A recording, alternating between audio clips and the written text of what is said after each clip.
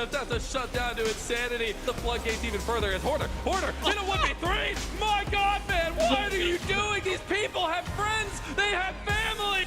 You gotta get out of there, AMI. Insanity is cooking. Insanity goes golden near airport. They need one. They need two. Double lift looking for even more.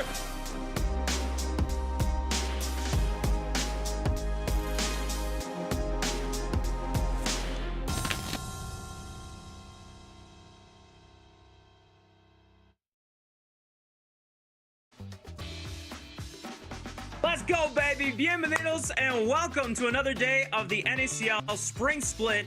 My name is Rafa. I'm back, y'all, and I'm reunited with my GOAT duo, Mr. Matthew Kobe Samuelson. Don't worry, I'm not going to dox you today. That's going to be a treat for the fans later on. By the way, I know where he lives, so if you want to DM me, we can send him a special surprise. Kobe! Dude, yesterday, NACL kicked off with some banging games. The Luminosity near airport did not fail to deliver on the hype. We went all the distance to 3 games, and the fact that Luminosity came out on top, I think it might have been a surprise to at least the near airport fans, but you know, I think Luminosity just showing the creativity and the gumption they got to really bring it to split. Yeah, I'm excited for this split of NACL. We have a lot of different orgs, different looks, a different system, and I think we saw a lot of that yesterday with the near airport versus Luminosity gaming match. And obviously, near airport, so many people are fans of them, and rightfully so, just given the success they've had in the past and the fact they're coming back, competing in this league, giving it their all. Yeah. But keep in mind, Luminosity Gaming, I mean, I look at that team, that is like the LCS reject team. And I can say LCS, because that is really what ended up happening. Like, in the past, these guys have had so much success in Tier 2. Both Fake God, Tomio, Zazel, all 3 of those guys, the last 2 splits of Tier 2 they played, they won. And the last split of Insanity playing NACL, he was in the final and he lost to that C9 Academy team. So this is a team that has really proven themselves at this level and are really trying to prove themselves and say, hey, you should have taken us for an LTA North spot. And if like they have the right to play for that spot on their own at the end of the split. So that's a really exciting part of our new format. And for a team like Luminosity Gaming, that is the goal for these guys, right? Make it back into LTA. Yeah, and I think some of that sentiment is definitely the same as well for near airport, because a lot of those guys still able to compete at the highest level with storied legacies over years of the LCS since the early days of when you and I were first watching back in high school. You know, now we're in our late 20s, and the fact that these guys are still, you know, kicking it and competing with some of the best that NA has to offer in the Tier 2 scene just goes to show that there's a lot to look forward to in having, you know, your merit being tested by, you know, some of the most famous players that we've ever had come out of the North American scene here. Yeah, and I know that at least leading up to yesterday, me and a lot of the community feel like there are 3 clear favorites. And we got to see 2 of them in action. I find it interesting because all 3 are a little bit different. You've got near airport, the stream team, you know, kind of trying to be more like Los Ratones than the Broody Sack. And then we have you know, LG, the LTA North rejects, trying to make it back, earn their spot. A lot of ex-pros that are trying to fight. And then the other team, it's the reigning champs. It's going to be Dark Zero Dragonsteel, a college that has been playing at the highest level. We get to see them in action in the first game today.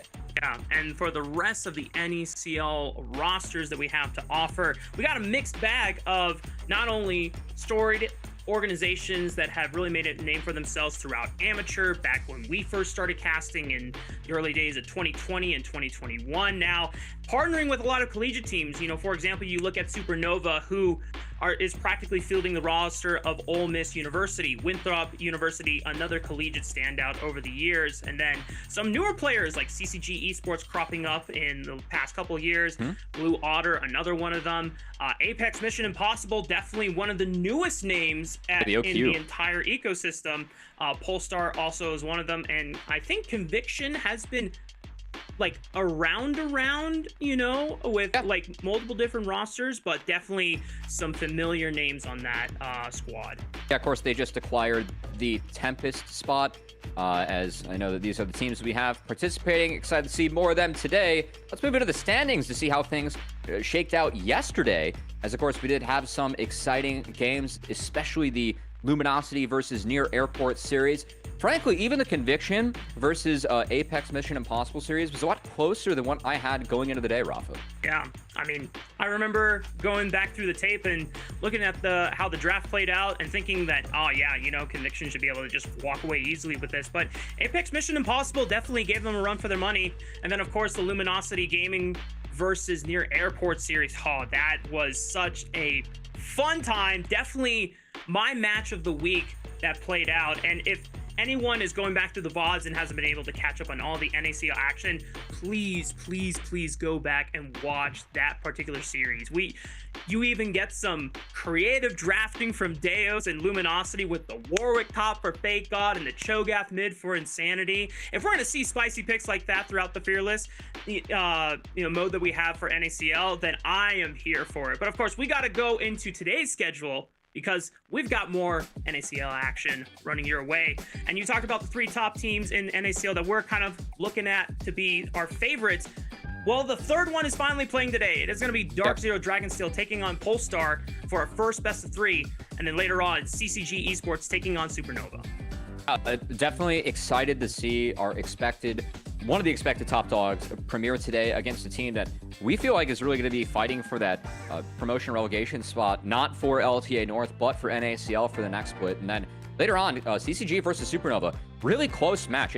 Again, coming into the split, it feels like we have 3 teams that are going to be towards the top, 3 teams we some would expect to be towards the bottom, and then 4 teams in the middle that are really going to be posturing for seeding, especially in a single round robin best of 3 format. That's a big match, CCG versus Supernova, that could have ramifications at the end of the split. I would not be surprised if you told me that today. So expecting a close one later on.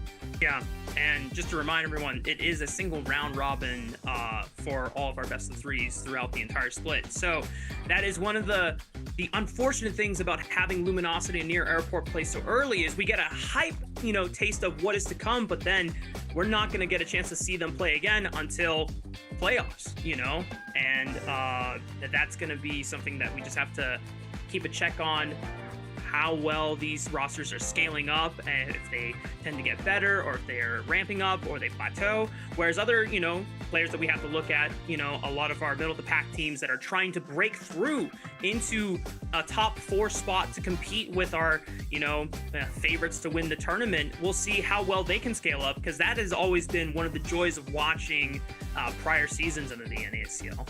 Yeah, I know that's something we aren't going to see Blue Otter today, but they were the team that really climbed the ranks last season. And honestly, their finishing the playoffs really didn't do justice to the play we saw from them in the regular season. Definitely going to be something to look out for. But time to get into our rosters for Game 1 today, Rafa.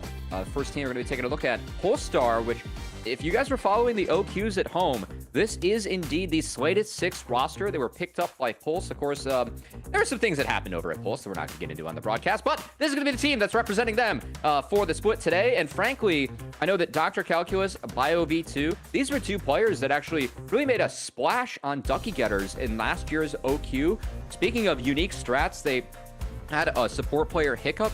She's very high on the ladder, but only plays Enchantresses. Yeah. So they had a lot of really creative strategies around that. They played swaps really well. And actually, this team really made some waves. So excited to see this team, and 5 players, again, that are all making their debut in NACL today. Yeah, I mean, regardless of the circumstances, I think for all 5 of these players, they are just happy to get the opportunity to play at the highest level of competition here in Tier 2. And I'm particularly excited to actually watch Hub in particular. I think he had just broke the top 10 ladder in solo queue for NA. So I know that there's been a lot of, just hype and conversations about this particular player as a marksman. So he's going to have his work cut out for him, though, going up against Dark Zero Dragonsteel, who are their opponents for today's best of 3. Obviously, the majority of this roster is the reigning champion for NACL, having won it last summer, after being able to take down the crown from what was previously FlyQuest challengers. And the roster, like, one of the cool things is when they won the championship, it was with Scary Jerry in the bottom lane. He got a chance to get promoted, currently on Disguise in the LTA North, and the former opponent that used to be one of the contenders that they had to take the crown from in FlyQuest Challengers, they picked up in CGG, who is now rocking that bot lane spot.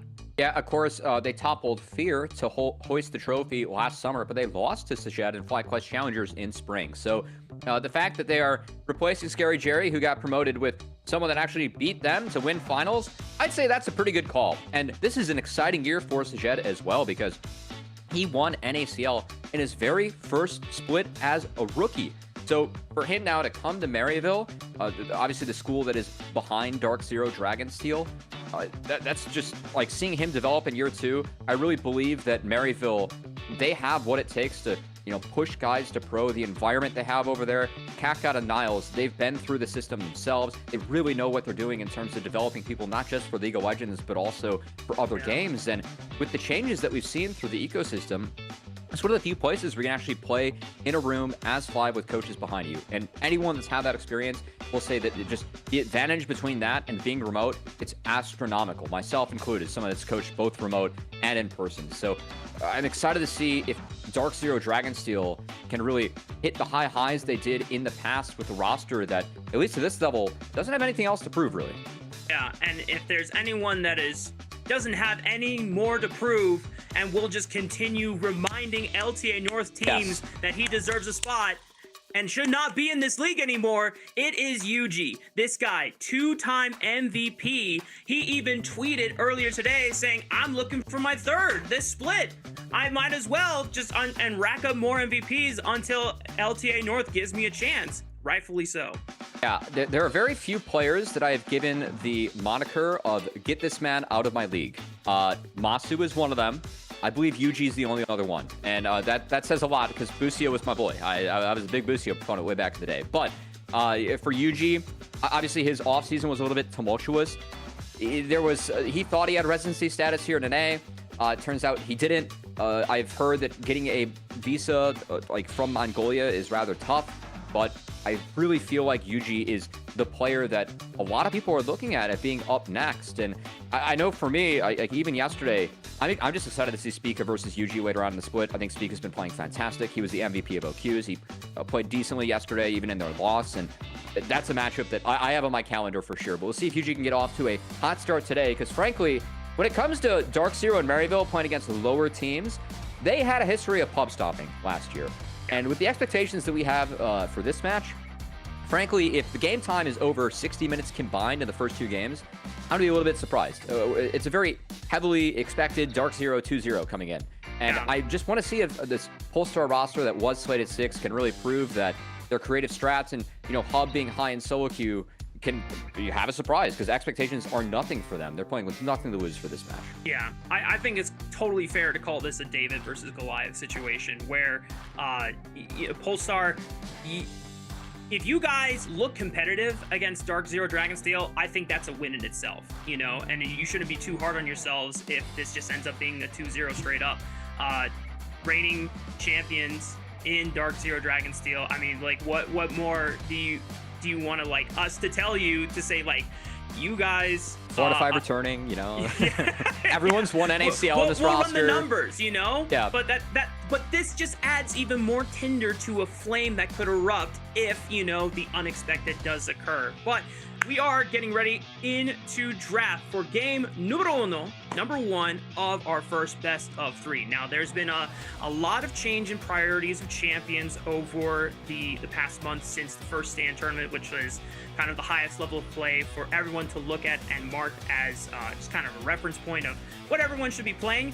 Yesterday, not really a lot of straying from what first stand was playing, but significant changes like Nefiri being brought into the jungle role has at least been on most of the NACL team's radar. I'm wondering if that's going to get banned here from Dark Zero, because for some UG history and lore, I know Rafa will appreciate this, but he used to be known for a Zed Kiana player. Yeah. So he's an assassin specialist out of the jungle. Assassin player. Yeah, I feel like Nefiri really fits that mold well, so I very much expect to see Dark Zero playing that and picking a 1-2, because really feel like that pick should be taken, R1, R2. I think B1 a little bit riskier, but that does seem to be the pick here for Bio, and we have seen this champion. I mean, it is disgusting on this patch. There's really nothing else to say, Rafa.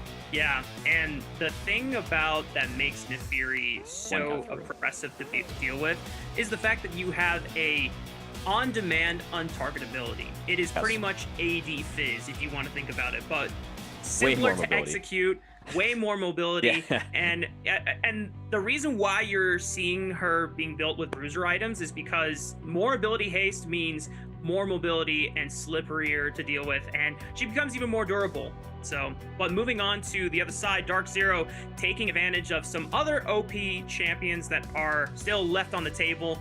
Gwen, powerful in the top lane, and Yone in the mid lane. Yeah, we did not see Gwen yesterday. It was on the ban list for all of yesterday, and for me, rightfully so. I know Nefiri is gross in this patch. Gwen also is very gross on this patch. I will say that in the LPL, we have seen a few Gwen and Bessa handshakes, playing the Ambessa into the Gwen.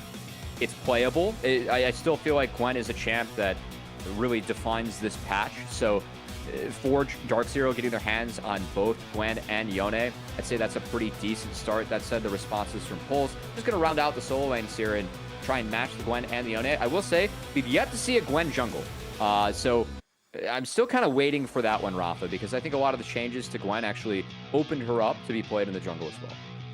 Yeah, it's kind of similar, right? She's no longer like an ult nuke bot. She's better at skirmishing. I haven't seen what the optimal build path for her is. The only thing I'm a little hesitant about is if you play her in the jungle, you are less able to assist lanes, and you're playing more for yourself, right? So it depends on what Dark Zero want out of UG for this game. You already have really strong solo laners that want to split push and have a 1-3-1 going on. My eyes are immediately looking towards a Sejuani, which, boom, Polestar also think about, hey, we don't want to have double melee solo laners enabling something like a Sejuani. Agree with that. You could potentially see a Maokai ban here too, as the it's just some, like, I think the thing that makes Yuji so good and impressive as a player is that when he started, his first split with FlyQuest, they pretty much had to mind control him to full clear into first dragon. And because like Yuji, his strength was definitely in mechanics. It wasn't in how to play the map. The story was he went home to Mongolia that offseason, and he didn't want to play as much solo queue because he's high ping. So he watched a lot of VODs, and he came back with just such a much better understanding of how to play jungle, not just for himself, but to support his lanes.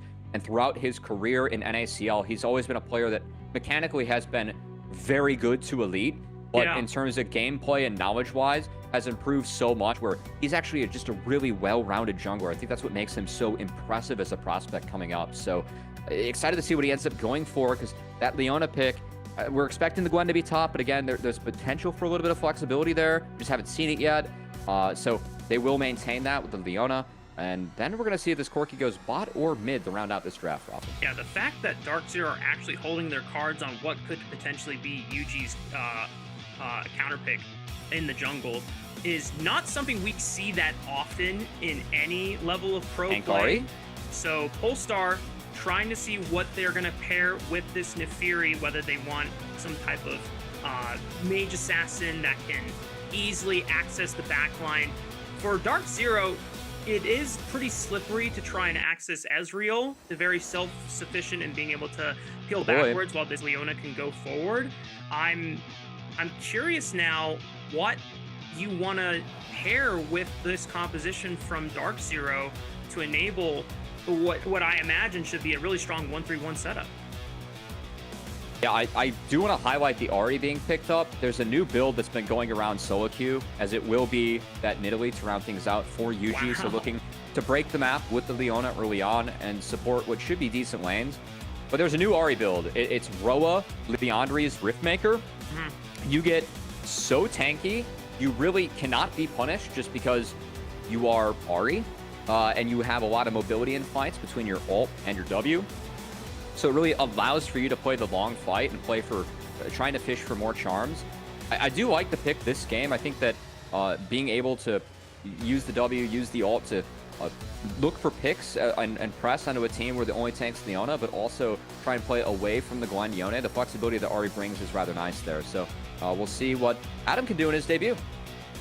Now, I'm really curious what Polestar's overall game plan is going to be, because Nefiri definitely wants to play for, resources very similar to things like a Zyra jungle or any champion that scales with items. When you think of Lilia, you want to be farming and rushing your power spikes ASAP. Nefiri is very similar in that aspect and has little to offer in terms of CC and being able to snowball lanes. That being said, you have 3 divers in your top lane core between Mbessa, Nefiri, and Ahri. And even though Ezreal pretty self-sufficient in being able to, get out of harm's way with the Arcane Shift, you only have 1 use of the Arcane Shift usually in a skirmish like that. And there's a lot of ways for Polestar to actually access you. So I'm curious what Polestar want to do, if they want to try and play for lane dominance, if they can, and if not, then where do they send all the resources? Are we going to see overwhelming onto the bottom side of the map? Or are they going to try to overwhelm the top side of the map for Dr. Calculus instead? I mean, that's interesting call. I'm kind of curious to see too, because I don't know how well this new Ahri build matches the 1-3-1. So and that's definitely what Dark Zero is showing. So gonna have to do some learning on the new patch, and one of the first days of the new league here, Rafa, is we get a new look at both Pulse and Dark Zero hitting the Rift here in Game 1. God, it feels so good to be back, dude. And this is really where me and Cubby made a name for ourselves in the Tier 2 scene, just being able to cast the future stars of tomorrow and being able to witness such awesome evolutions in players that we have seen either since we first started casting an amateur in 2020, or even the ones when we got our call up to Academy and then naming it later to NACL, or even for a brief second Proving Grounds as well. Yuji is one of those players that we have seen since 2022 when he debuted on FlyQuest Academy as a rookie. Spyrax also on that FlyQuest Academy roster as well. These two have been together for quite some time. I mean, just if you want to go way back, nostalgic right now, bro. If you want to go way back, I will say the very first split that UG played, Rafa was like, guys, he's not going to win. I think I'm trolling a little bit, but unironically, I think UG is a decent, most valuable prospect candidate, which is funny because he actually ended up being that twice now. As getting back into the game, Rafa, we do have some action. A late invade using the power of the Nidalee and the Ezreal, going to force Bio off of his bot side, going to be relegated to starting Wolves as UG starts his camp. Not surprised we see the Nidalee being aggressive early. Feel like if you're going to take this pick, you got to play into the Fury for the first few levels. Yeah. And I love how you're trying to kind of make Bio's first NACL game very uncomfortable and difficult, because that's how you should be greeted when you're playing with the big dogs. You're not going to get an easy pass, and especially someone like Yuji who wants to make a statement of going for back-to-back-to-back MVP title, and for looking his third one, he's going to make it so that Bio's really going to have to think on his feet. Oh, yeah. Yuji already taking 2 camps, going to try and match Bio on these Raptors here. Has Spyrax here for the first collapse, and Bio just might be in trouble. Dark and Daggers were already used, but he is forced to flash since Eviscerate is on cooldown, and that is what's going to happen when you try to get in the face of Yuji. UG also was able to take away the Raptors from Bio. Bio got the big one in most of the camp there, so not going to fall too far behind, but most importantly, it's going to be a 3-quadrant now for UG. So really well played by him and Spyrax. Again, this duo, so good together. They are so flexible in what they can play as a duo with... I know I talked about UG's flexibility. Spyrax very much brings the same thing to the table. When I think about Spyrax, I've never seen him play an archetype of mid poorly. I've seen him play like Enchantresses well, I've seen him play melees well, I've seen him play mages, assassins well. It feels like he can play a little bit of everything, and when you match that with UG, the flexibility this team has, especially in Fearless drafts, was a big part of the reason they had success in that second split last year. Yeah, and for Dark Zero, it seems like they're keeping things business as usual, not missing a beat against someone like Polestar, who is really going to have to work overtime to try and stand up to what we expect to be one of our favorites for the overall NACL split. Now, the way that the laning phase has played out so far, it seems like everyone has been keeping even. We'll get a chance to check in with the CS scores as UG makes a visit towards the bottom side of the map. The spear goes wide, but the pressure is felt as Hub and Tub are now both looked at. having to deal with this Nidalee who's trying to look for some extra Krugs. Yep. X-Slash from Tub is going to try to step up to Yuji. Yuji just ignoring and disrespecting the damage output from Hub and Tub. And Zyko's just a little too late and trying to bail him out here. Bio's now, here. Bio can maybe turn the tide and look for another one. Sajed forced the Arcane Shift over the wall, but Zyko could be a target if he doesn't flash right away. The Darkened Dagger's coming in the range, and it looks like Zyko, I forgot, he had already burned the flash trying to bail out Yuji. Bio, just one more auto attack. There's the dogs. They sink their fangs, and Tub wants to look for more just to get another taste of the Darkened Dagger into the back of Sajed. All right, great start here for Pulse on a very greedy invade from Yuji. Did not know that bush was warded, went for the Krugs when the Nautilus and the Corki weren't even showing on the waves. So nice Hex Flash in to punish the Nidalee, and that's really going to slow Yuji down. A little snap back to reality from Yuji, and the punish there from Polestar's bot lane is really going to now set the tone for the early game. Dark Zero and Dragon Seal, I should say, should have the means to be able to recover, but I think it just goes to show, it's one of those moments where you feel like you have the expectations of like, yeah, we should win this game easily, and then you get a little over complacent, and then the fire really sets in when you realize, oh, hey guys, we can't disrespect them. You know, they're willing to, like, you know, surprise us like this, and this makes the matchup more exciting than we originally thought it was going to be. And I like what we're seeing here from Pulse too, the swap up, and this is something that both Calculus and Bio, they did this well with Ducky Getters. I thought they played the map and their strategies out pretty well, especially Bio, not the highest rated solo queue player, I believe usually around like GM the Masters, but competitively is able to play at this level, has the knowledge that it takes to play jungle, big part of the role. As, hold on.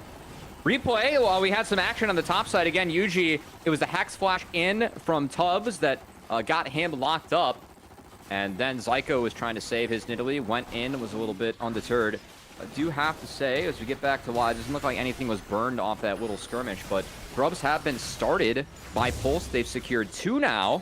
That smite was used, so Yuji still has smite up. He's probably going to snipe the third. SpireX is trying to line up for a Fate Seal, but he gets immediately snagged, and no chance for Dark Zero to really play up and bail SpireX out. Polestar are really surprising Dark Zero in their very first game of the NACL, and they are showing they are not meant to be disrespected. Bio is 3-0, and how he's playing off the Nautilus. Tubbs has done a great job of setting up his team. It's been a couple of dredge lines into a charm that time around that locked down the kill. They're up 4 kills, 2 grubs. It's a hot start for Pulse. Guys, you need to immediately go to socials, whether it's Twitter or IG or TikTok. You need to be alerting all of the NACL fans that the current reigning champions are down 4 kills and almost 2,000 gold against Polestar, a roster that just, you know, kind of came in. Didn't make it through OQs. Yeah, didn't make it through OQs. This is essentially the Slated 6 roster.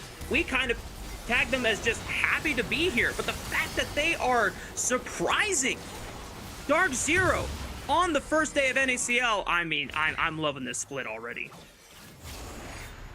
And now we have to see if Dark Zero can kind of hold strong. I will say, we haven't looked top lane much, and top lane looks very good for Zamudo, who did rush the steel caps in this matchup. Gonna feel really nice into the Nefiri. Calculus went for a very aggressive setup with the Ignite and Electrocute, as he actually roams mid. Gonna try and find Spyrax, but wow, nice escape from him. Did get the wave in. Meanwhile, action continues bot, Rafa. Zyko still has flash available, tries to bring in Bio off of the Hound's Pursuit, but just not enough health to survive the onslaught of the dogs. And he got the reset for another Hound's Pursuit. Sajed cannot escape the Darkened Dagger. Bio 5-0 on the Nefiri jungle. What more can you ask for? Yeah, honestly, an oopsie there from the Sajed Zyko bot lane. The Zenith Blade, he was trying to find Bio and knock him up under the tower. Zenith Blade took him too far away, wasn't able to follow up the Q, and then Sajed didn't have the shift up for the dredge line, but also held flash while that second Q came in from Bio, so he falls. But more oopsies coming out from Dark Zero, who This is going to be punishing, man. We've seen what this Nefiri pick can do from ahead. You rush Eclipse, one of the strongest first items and one of the strongest spikes in the game. Yeah. That's in before 9 minutes. He's got the Evolve boots, too. Even picks up a little bit of bonus ability haste. This Nefiri is going to be a problem. Yeah, and you already have a lot of reliable CC from Tubbs on the Nautilus, who has been pretty much synchronized with Bio on any of the moves he has made this game. And Dark Zero, I'm not sure what's happening. Maybe it's just, first day and, the complacency and the expectations getting a little ahead of themselves. But I want to assure that Dark Zero are now aware, all right, guys, we need to lock in. So if Polestar win from this point on, it's even more convincing that Polestar are here to stay. I mean, that is true. I think the big thing for me, we talked about quite a few players in Dark Zero so far. The one person we haven't talked about, Zamuno. This guy might be the most hyped top lane prospect that we have right now. Yeah. He is up big on the Gwen. Again, Gwen, a pick that I don't think should be let through draft in this patch. He has his hands on it. Zamuno usually known for playing some wackier picks quite well. I think that he plays the Rumble, the Groggets. Like, he's got a lot of picks that he plays very, very well. Gwen is actually one I'm not too familiar from him, so I do want to see if he can carry this one home, because any hopes for Dark Zero, you got to believe, ride on Zamuto's shoulders with the lead that he has at the moment. We'll also say that Spyrax is landing well, so some CS gaps in the solo lane, definitely something that we kind of expected coming into the series, but we'll see if Pulse can play their way out of it, because so far when they've grouped up and made plays, it's been really good for them.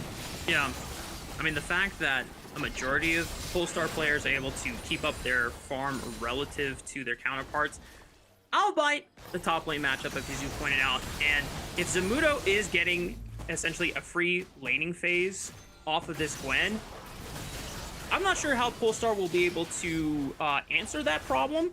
They are, obviously well equipped in some of the carries that they have accelerated for themselves, but that will be the ultimate test, right? This 5-0 Nefiri versus an ultra accelerated Gwen. And the lead that Pulse has, you can see it coming to fruition on the Rift, because those grubs were given for free. Dark Zero did not want to contest. Now it's the Jed. Under fire, forced to flash away. Has to pop the berry as well, because the dogs are just nipping at the heels of this Ezreal. Just forced to burn both the summoner spells to make it out alive. And Polestar just so confidently playing around their very fed jungler right now to just strong and brute force a lot of these objective trades on the map. I gotta give Pulse a lot of credit right now. I love the swap we're seeing from them, the overload with the 5 grubs. I think that this is something where you watch Worlds from last year, this was the meta. If you got a grub lead, you just overloaded and use your grub advantage to melt these turrets. Zamuto is going to be the benefactor in the bot lane, but that's first brick going over to Pulse, and that gives them feats as well. So Pulse continued to be off to the races in this one. And again, just really like the map shift to they had Calculus clean up bot. When they shifted top, they put him mid. He cleans that up. They're okay getting played bot, because guess what? They play top side faster. That's really good stuff coming out of Pulse. Yeah. As we head just a couple minutes away from all turret plates falling, credit to Polestar for being able to at least pick up one full turret for themselves. We'll see how well they can continue playing the map and trying to accelerate more gold into themselves by continuing to just send a majority of their players to overwhelm one particular side lane, because I have to go back to the state of this Gwen. She is one of the highest farmed up carries on the Rift. Spyrex too, for his credit, and even though, there was an oopsie around the first round of grubs, both of the solo laners for Dark Zero, we talked about in the draft, this will be a strong 1-3-1 setup. And even though Bio is very accelerated on the Nefiri, a lot of these plays Polestar have made have been with a majority of the members assisting to guarantee that the play goes well. But then you have to give somewhere. If 4 people are chasing down one side laner, who's matching the other side laner on the other side of the map? Yeah, definitely. I think how Dark Zero is going to want to play this mid game. Do you want to give credit to, of course, Bio flashy with the 5-0. But the support in Tubbs, I think Tubbs is doing a great job of setting up. And yeah, the big advantage that you see on the map, besides Bio being up, is actually Hub, the player that you were hyping up earlier, Rafa. Hit top 10 in solo queue. Someone that, in my co-stream yesterday, a couple of high-elo players were coming in and be like, yeah, Hub's a pretty good player. Like, excited to see what he can do. Good chance for him to pop off here is Bio. Pounce pursuit just to force UG away, but it's just a quick pounce. And for Polestar, that is a pretty big ultimate to expend. Not going to get the reset for it either. I imagine that Polestar were just trying to see if they could fish for an immediate retreat of Dark Zero so that they can guarantee the Dragon for themselves uncontested. But because that doesn't really go their way, Dark Zero now have a chance to be able to brute force their way back in.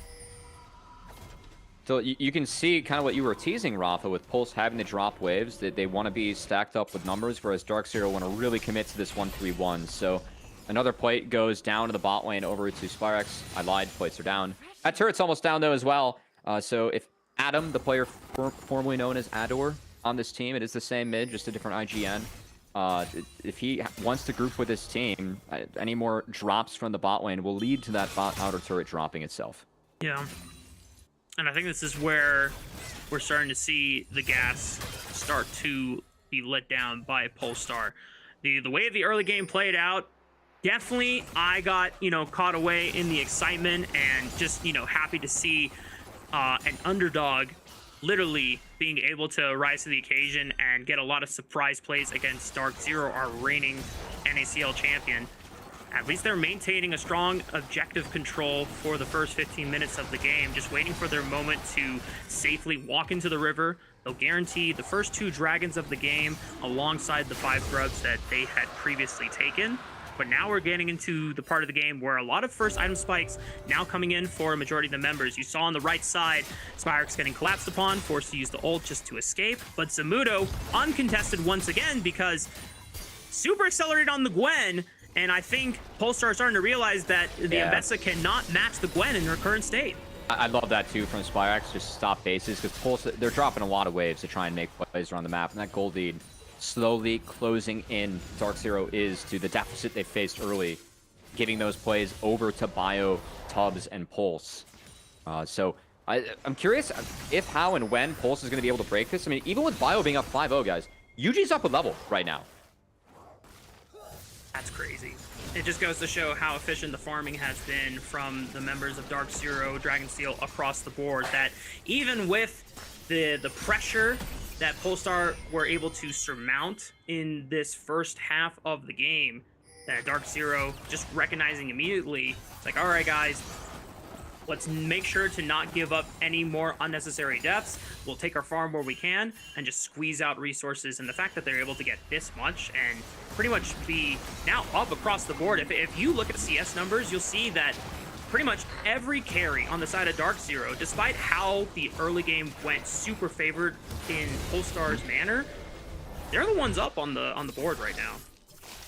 And I do like this from Dark Zero too. I think that even with the rough start, showing a bit of poise and experience here in the back half. Yeah. I think early season, one of my complaints that I've had with a lot of teams, they don't know when to drop things. It was pretty clear with the 5-0 pre-9-minute Eclipse and Fury, it was time to drop some things for Dark Zero. But by committing to the drop and not risking any other flips, they have been able to slowly crawl back. And the scaling of the Gwen and the Yone is really good this game. I do think that if this game goes long, I very much favor Dark Zero's comp, just their ability to play out 3 lanes, and the scaling they have in champs like the Ezreal, like the Yone, like the Gwen. So I do think it was very smart from Dark Zero to slow things down, but credit to Pulse. They've done okay at trying to speed things up. Was even in turrets, but of course that Rift went over uncontested. We'll drop that mid and get a nice crash down. So well done. Yeah, and at least Polestar will not have an easier access into pushing their vision line into the jungle quadrants of Dark Zero, which should give them an easier time of being able to set up objectives for both Dragon, next one spawning in a couple minutes and a half, and of course Otacon spawning in the next 2 minutes, because we're almost building up the tension of these, carries from Dark Zero who are farming much more than Polestar's carries are, and it's almost like a time bomb that is going to go off at some point. And Polestar, as strong and as impressive the early game was, the window is starting to close, and they need to be able to close the game out fast. Yeah, this Gwen's gonna be rather large, as Nashor's Tooth is gonna be coming in here pretty soon. And I do think Adam, I know I teased the new Ahri build and Spellcube going for bit of a different version. It's going to be Torch into Leandri's, likely. Could be the Riftmaker if he wants to go for like that off tank. I will say I haven't really seen this one, so something a little bit curious. I know the Roa, Leandri's Riftmaker Ari build is really been very, very, very strong in solo queue. Yeah. And it's probably going to get nerfed, so something that, I don't know. Obviously, you have some options on Ari, and I will say that in a longer fight, I don't know if I favor all of Pulse's comp, so I can understand trying to go a little bit burst here and trying to play, you know, off the Nautilus, off the Neferi, and get those early kills.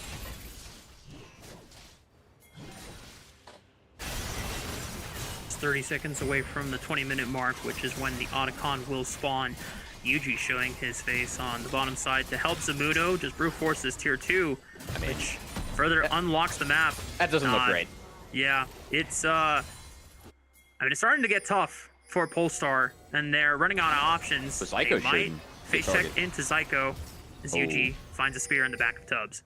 I think Pulse, they've played this a little bit too slow. I think that's a fight that you got to take. You have TP up on Adam. Even just burning things off of Dark Zero. Like there haven't been any plays made to even just force a TP, force flashes, and that has really enabled Dark Zero to continue to play 3 lanes undeterred in the manner that they have. Now, what could deter them, of course, Dragon is spawning. Otacon also up on the bot side now. We've surpassed the 20-minute mark, so Pulse, they are grouped up here in Dark Zero. I think this is the time where they're looking to fight. Nice deep TP coming in from Spyrax too with the flank. The rest of the Pulse all grouped up towards this top side. Mid. Oh, Bio is looking at CGG, trying to see if maybe they can at least get mid prio first before lurking right back into the Dragon River. Zyko steps up as well, gets some wards down. There's 2 control wards. One was taken out in the pit. The other one is still in the back. They have full vision of this dragon. Oh, Fate sealed right onto the back. They found Dr. Calculus. He'll be the first target there. And the rest of the follow-up is so clean. Here comes the power of the Zamudo Gwen as he snips through 3 in an instant. And just like that, Matt, our worst fears for Polestar have been recognized and have been realized. Dark Zero show the power of farm. And the quadra kill to top it off for Zamudo. They wipe Polestar off the map. I mean, it was an exciting early game, but it hasn't really turned out to be an exciting game overall. Dark Zero bounced back. Zamudo picks up 4 kills from that fight. And the engage coming in. Oh, hold on. Might be contested. Pops the W. Tries to scare them away. Can he get the smite down? No. Yuji secures it. An admirable attempt from Bio, but the unofficial penta for Zamudo's Gwen is locked in. That's a 5-0 Gwen, and I fear this game may be over. Gwen being picked up so early in this draft. Again, Gwen really, really strong on this patch. But thinking of the comp that Pulse has, they're diving. And diving Gwen, you got to go through those scissors. Those scissors a little bit sharper on this patch, Rafa. And man, Zamudo, with the economy he had, made it look so hard for Pulse to get through. Yeah. I have no words left on that one, Matt. I'm not going to lie, definitely was a little hyped when I just saw how aggressive and how confident Polestar were playing in the first half of this game. But, you know, Dark Zero, that's where the experience, that's where the veterancy really comes into play. And when they finally explode on the map, it ends up like this. I mean, they even found Zamudo on the engage, but they weren't able to chain the CC. He got down the Shroud and just shredded everyone. Really like how he played the back half of the fight, too. And it felt like the engage from Pulse a little forced, and it didn't take long in that fight for everyone to be split because you can't play through the Gwen. Everyone diving on top of Gwen, and that Shroud goes down. Zamudo was really not under much threat, or at least not enough threat in that fight. Shreds everyone and made that one quite hard for Pulse. Yeah, and at this point, Dark Zero, they have pretty much an unmatchable Gwen in a side lane. Zamudo is just able to just make do of this inhibitor turret with no contest whatsoever.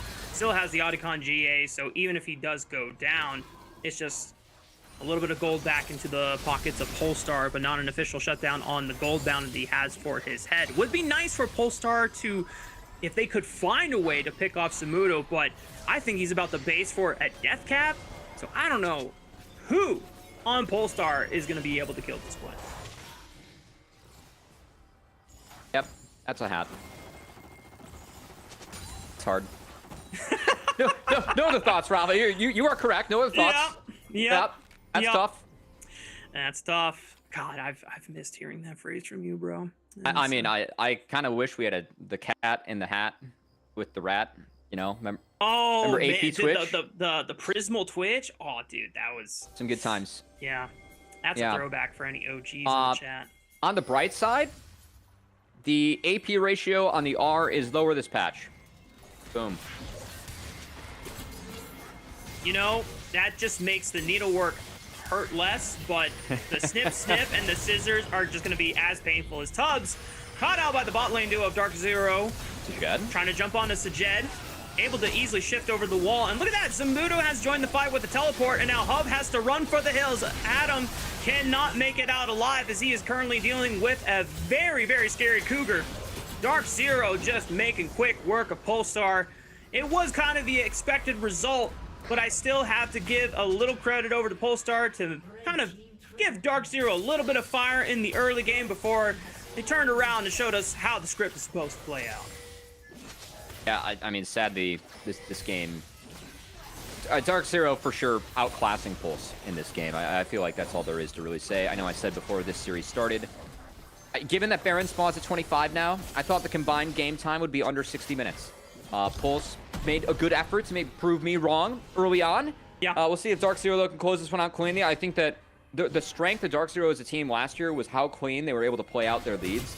A lot of times they played it bloody, but a lot of times it was also calculated. The Zyko finding Tubbs and numbers advantage. Most of Tubbs' teammates were around the other side of the map. That TP from Ahri, a little late, little deep. Yuji was able to find 1v1 against Ahri in the elongated fight here, which also isn't ideal. As, once Zamudo joins the fight, any hopes are dashed once the needles come on out. Because Zamudo, I mean, I thought he actually played too far up there for a sec. He did not. He knew exactly what he was doing there. As 25, 45, Baron falls. Yeah. Just to kind of illustrate how far apart, because we don't see gold leads necessarily with this overlay between individual counterparts, but Zamudo is working on his fourth item. Hang on. Bio and Tubbs trying to make a play right now for Zyko, but that's a Leona. And now the real carries have arrived, but hang on. Dr. Calculus getting a nice snag with the public execution. Spirax caught in the middle of all five. Now the rest of Dark Zero is starting to circle them like sharks. Maybe they can get the collapse onto them. Zamudo goes forward. The needlework is just shredding through all of them, and he pops the stasis just to buy some time. And now as the Sajed shows, he just flies in with the arcane shift. And Dark Zero once again putting the pain down on the Polestar train. And it almost feels heartbreaking for them, but we can't say it enough, Matt, that this is the current champions of NACL, and if they weren't dominating Polestar like this, then we would have some questions at this point. I mean, the early game definitely did not go the way that we expected, but good to see Zamudo bounce back, and, sometimes you pull the cord, sometimes you cut the cord, which is really what Zamudo's been doing in this one. Yeah. Yeah. At this point, kind of just a courtesy that Dark Zero is, oh, come on, one more minion auto attack. He can do it. No, he turned away. Unlucky. They're not all pilled, sadly. I mean, Baron's down. I will say, speaking of him, I know Zamudo actually, when he got a start in, early on in his career, actually had a Korean boot camp. I believe that he did stay with LS. Yeah. Definitely someone that, again, we've always talked about Zamudo. He had some weird picks that he used to play, still does play, but I feel like he's really rounded himself out as a player. Good to see him. Again, Gwen, a pick that on this patch, I think everyone has to be able to play. Again, should be banned by most teams. If a team says we're not going to play it because we're going to ban it, I'd say that was acceptable, reading the patch notes in this one. Zamudo gets his hands on it, though, this game, and was able to take full control over the game against Dr. Calculus. Yeah, Zamudo having a standout game and showing why he is one of the top lane prospects that we're really looking at to just really dominate the rest of the other competition in his role, as Dark Zero doing the last nails in the coffin for game one here. Polestar, a very, very admirable attempt in the first 15 minutes, but Dark Zero Dragonsteel will take game one of this series. just outclassed, sadly, from Polestar, and frankly, what we expected. 5 players, that's their first NACL game, going up against 5 players who have won the league itself. Honorable start from Pulse. You know, the Fury gets big, but I think Pulse really can and needs to take a look at, we got to make more plays. We have to snowball the game a little bit more, because once Dark Zero started giving the objectives, Pulse weren't able to make plays on the side laners. And when you aren't milking out flashes, milking TPs, or forcing Dark Zero to burn things while you're still strong as a comp, that's when the scaling kicks in. And we saw what happened with Dark Zero committing to playing out those 3 lanes, getting farm on their carries, and despite a rough early game, still made the game look pretty easy in the end. Yeah, and just goes to show that, you know, as much of the grouping, you know, played out well for them, you know, you got to keep tabs on those side lane farms and making sure that you're getting resources for everyone and not just one particular person. But we're going to take a short break. When we come back, it will be game numero dos between between Dark Zero and Polestar. We'll see you then.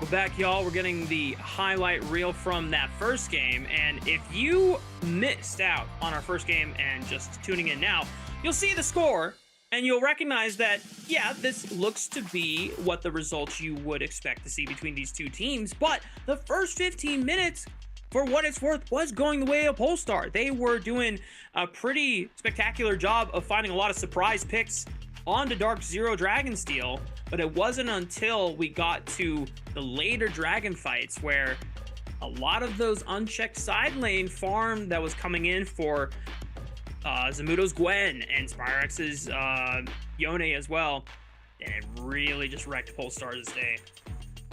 Hey man, Zamudo ended up having a really big game, and if you are Pulse, again, you can actually take a few things home. I thought that the way they played for the 5 grubs, even getting first brick, securing feats, the overload, they had some good map plays, but after that, like, they really ran out of things to do or plays to make.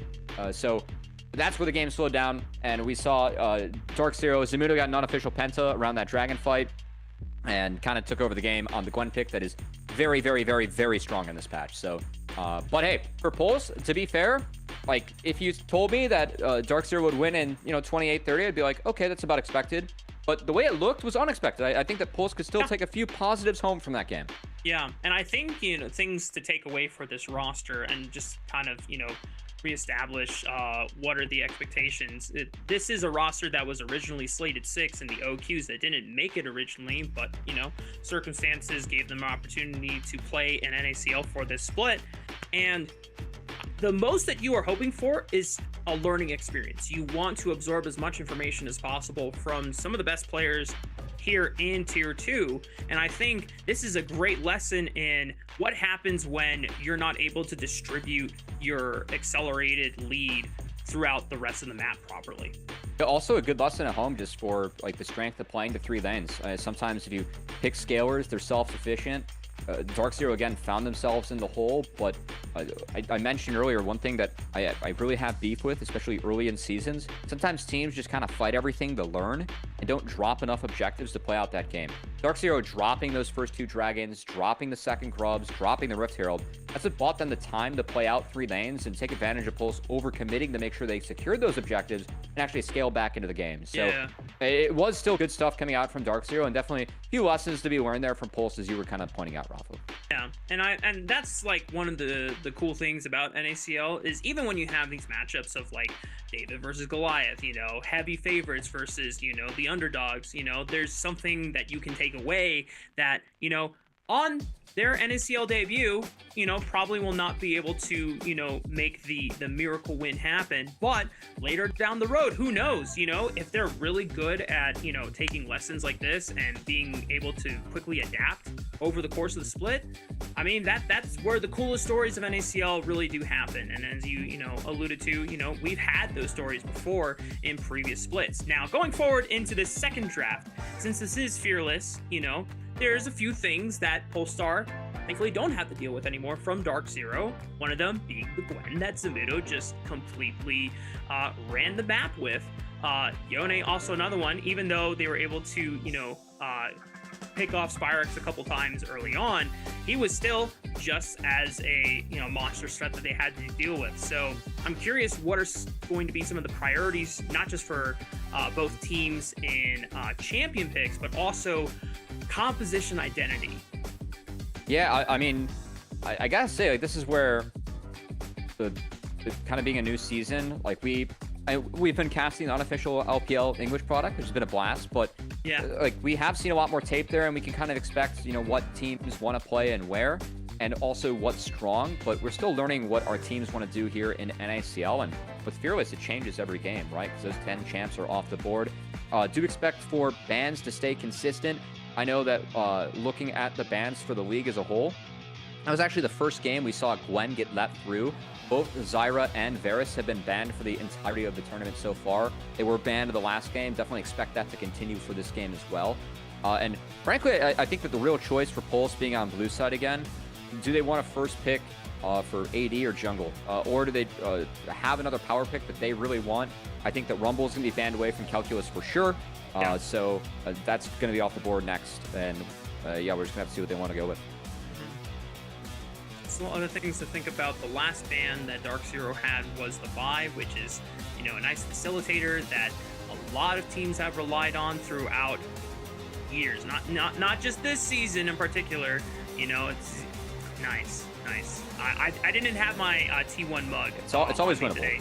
It's been well loved, as you guys can see from that. But, you know, we try and keep the league-themed mugs. I realized I didn't snag an LCS mug from the studio, and I'm really bummed about that now because it's actually a relic. Oh my god! They used to have them sitting around. Like I asked, they're like, "Oh, you can take one like next time." You know, like we kind of need these, and yeah, now it's a relic, sadly. I will mean, say you might find it on eBay. I don't know. But I mean, I got to get it now before the prices go even further up. I will say, change of bans though coming out from Pulse. The Cinder was taken away, not the Jace. So that leads to a Jace first pick. Jace very strong on this patch, and it is the signature Spyrax Azir. This guy, the very first time I saw Spyrax play back in Supernova Dark Matter, way back during COVID in 2020, his Azir was fantastic. So always has been brilliant on this pick, and it's going to be paired up with a Pantheon that it could be in the hands of Zyko, but frankly, as Pantheon has kind of evolved, a little bit of that Heartsteel Pantheon has fallen off, and it's been mostly jungle, because his build, I think that the Shojin, the Cleaver, the Sundered Sky, these are really, really strong items out of the jungle. Items that Pantheon loves and abuses really well. And we've seen Pantheon really rise in priority in the jungle. Yeah, I mean, it's been kind of like the next best skirmisher that has reliable initiation and pick potential with the point-and-click stun on his Aegis Assault, or in the W, right? So, Polestar having to now look down a potential Pantheon in the jungle could be flexed to top lane, as we have seen in some particular matchups. You know, maybe Zamudo has put some that's a Niles special. Coach Niles, you know. You do have Coach Niles, you know, might have been passing the Pantheon sauce over to Zamudo.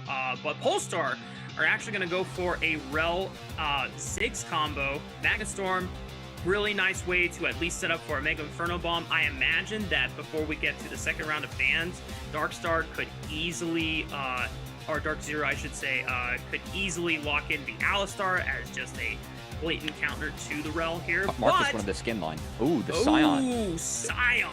Okay. Kind of been the new pick into Jace, as you can catch poke, somewhat neutralize the lane. Jace gets push, but can't break you. He gets a plate or two, but Scion just gets to get his farm, and Scion scales really hard, and later on, Jace can't really move the Scion. So, again, nice pick to see out of Zamudo.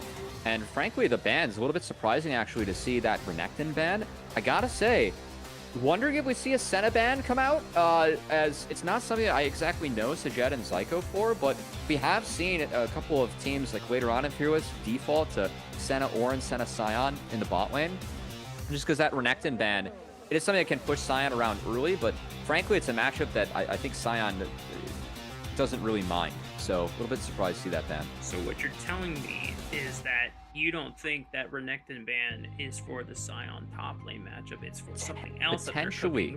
Potentially. You know, I could say that they just got rid of 2 Jax answers, but like, you know, if we're gonna get really out there. Really out there. Well, if they locked in their true top lane, it would spoil things, but doesn't seem to be the case. It is the Rakan for Zyko. Now, if you want to go down the rabbit hole with me, Matt, it could be Ziggs mid. I think that's why they're saving AD for last. I think that's actually the rabbit hole to go down. It is a decent matchup into Azir. You know what? That's a more realistic rabbit hole. I was really going to go somewhere else, but that's totally fine. But the Tristana lock-in, for anyone that missed out on the series between Luminosity and Near Airport yesterday, Tactical had a fantastic standout game on this particular Marksman Yordle champion. We'll see if either Hub or Adam, depending on who is going to be piloting it, can live up to a similar performance today. Would be tough, but Wukong is going to round out the composition, going over to the hands of Bio in the jungle. So you have some decent circles going on here, Matt. Cyclone and Magnastorm. Strong initiation for the side of Polestar. We'll see if it's enough against Dark Zero. Jet special. Oh my god. Yep. This is Jet special, man. So this is going to be the Triss bot. We have seen Triss bot. We saw it yesterday. I've heard some rumors. There were some changes to Triss that she gets bonus range. It was back in 14-19. They made a lot of changes to Tristana to try and push her out of mid lane. turns out later on in Fearless, she's actually quite a good AD. I'm curious to see if it's going to be mid or AD, because you can technically flex around the Triss and the Ziggs matchup. I think with the Vayne being locked in, I'd rather have the Ziggs bot, even if I like the Ziggs into a Zero matchup better than the Tristana one. So potential that we see a last second swap, I'm not exactly sure, but this Vayne, this is a CGG special. He has always played this pick at a really high level. CGG is a great team fighter. I know that when FlyQuest were trying him out, like, they were sharing me clips of his Vayne from tryouts, being like, yeah, this kid's pretty good. Like, we're pretty confident this guy is a better AD than most that we have in NACL. CGG did prove that last year, and fun to see him in his opening series now with Maryville, Darkseer, Dragonsteel, you know, all these guys, getting to play a signature pick of his. Let's hit the riff for game 2, y'all. Polestar had the work cut out for them after the early game. We'll see if they can try and find something similar and build upon the learnings this fast, or if it will be a sweep from Dark Zero Dragonsteel. Now, you've already hyped up the Vayne on Force of Jed for me, but I'm particularly interested actually in what is going to happen in this, I mean, believe it or not, top lane matchup, because even though Zamudo is picking something like a Scion, and tanks are, you know, not the most exciting picks in general, I've seen Zamudo do some disgusting things on Scion in past NACL splits. And if Dr. Calculus has not, you know, done his homework and looked at Zamudo Scion tape, he might take a trade too aggressive and then realize, oh crap, wait, Scion does a strong amount of base damage for a tank, you know? I will say, a little bit of a different build coming out from Calculus. We have seen a lot of the Grasp Jace, just to abuse the procs Overgrowth and Green Tree that is really strong, but it's going to be Conqueror. I do like that. I'm wondering if he went secondary, because Inspiration is pretty important, and I do like those Green Tree stats as well. It can be nice, but a lot of the trades take into Scion are pretty long, so trying to abuse that with the Conqueror. Nice by Adam, level 1 with the rocket jump, just to get a pretty nice health chunk off of SpireX in the laning phase. We'll see if that is something that can be leveraged by the rest of Polestar, whether Adam can force Prio and move into the jungle with Bio to find Yuji and continue putting him on the back foot, similar to how they played out in the first game. We're going to take a look at all 3 lanes for first couple of levels here. So far, business as usual. Yeah, and I know that we have junglers working on a mirrored path, so Pantheon making his way up towards top lane. Something that I actually think is rather interesting about Zamudo. I remember talking with Surti about Zamudo when they were going to the Americas tournament, and he said, you know, I watched Zamudo play, and everything that he plays, everything he does, a lot of it is about freezing lanes, and people don't let him, like, they let him freeze the lanes, and that's what makes him win the 1v1s. Of course, that Dragonsteel team, when they went to the Americas, they had a really disappointing performance. They didn't make it into the group stage, or the bracket stage, when NACL was the favorite region there, and Zamudo really got punished with a lot of the teams that are actually diving him and punishing him when he did try and freeze waves. So when I see the Scion, like, again, when Zamudo first started, I really feel like he was that weak side specialist where he lanes so well, you could leave him on his own, and the team would play the rest of the game, and Zamudo would just be fine. Scion's a pick where you can do that. But interesting to see Yuji actually make his way up there, because that's a volatile matchup the way he's playing it up top, and Wukong's bot, Pantheon's top, so this could be an opportunity for Dark Zero. I told you. I mean, you saw some of the trades happening right there. Zamudo walking up. If you get a fully charged Decimating Smash, it's a lot of damage early on, and Dr. Calculus almost sub 200 HP. If Yuji gets in the range, it could be disaster for this top lane startup, and Calculus, as soon as he sees Yuji, tries to flash away. The W still connects for the stun, but Yuji doesn't find the spear shot. It's a flash for flash trade, but that's going to make Zamudo's laning phase a hell of a lot easier. And still with the TP changes, that whole wave is going to be missed, and I like what Yuji did there with some of the Pantheon mechanics too, using the E for the move speed to go in, as that's a free condemn. Yep, Tubb's going to have to flash that one. A decent setup there from CGG, as we'll say this Vayne Rakan, not the most common lane that we see, but Rakan helping top off the Vayne and survive the poke from the Ziggs, not bad.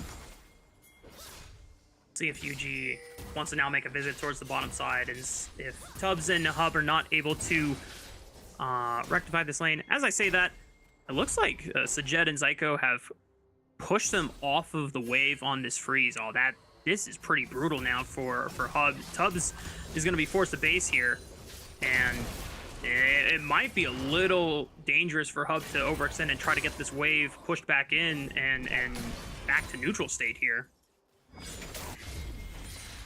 Of course, TPs on both bot laners a little bit unique, as the Jed opted for the TP to match the Ziggs. Will say Cleanse, not a lot of value this game. So I can't really blame him too much for going for that. But I mean, look at this. For Pulse. He can't walk up. Yeah. Yeah, he's just too. Yeah. The wave is now like slow building back over, so he'll be able to. It's not that bad. Yeah. It's always coming to him. But that said, with the wave being how it is, I think it's a good call out because obviously first Grubs a big objective. I still really favor Grubs over first Drake. I think that's the priority. So if you're able to jail Ziggs, it will be a priority base for Dark Zero, and they will be the ones that have the option to put the Vayne and put the Rakan up top. Yeah. We'll say, I think if you can leave Vayne to her own devices, that's really where you want the Vayne to be. Just kind of let Rakan roam, let Vayne be solo.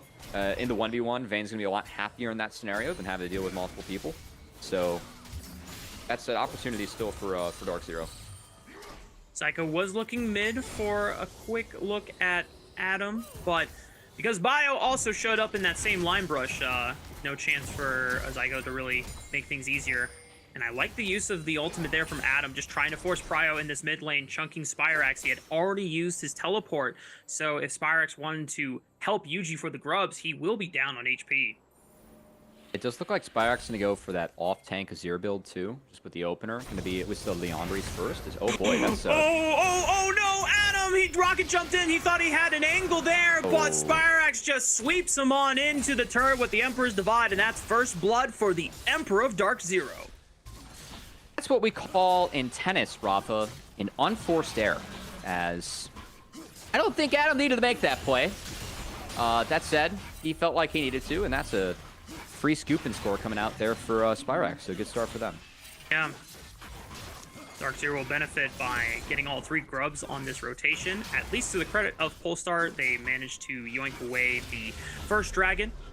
We know that the scoreboard a little frozen at the top at the moment, but we're doing our best to keep track of everything as we get the cinematic view of Adam's demise in the mid lane. I guess it was...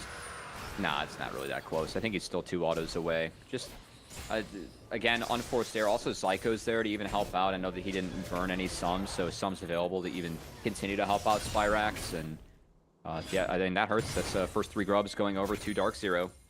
And I will say the dragon was taken by Pulse, but those 3 grubs, if any of these lanes start winning for Dark Zero, I mean, you have...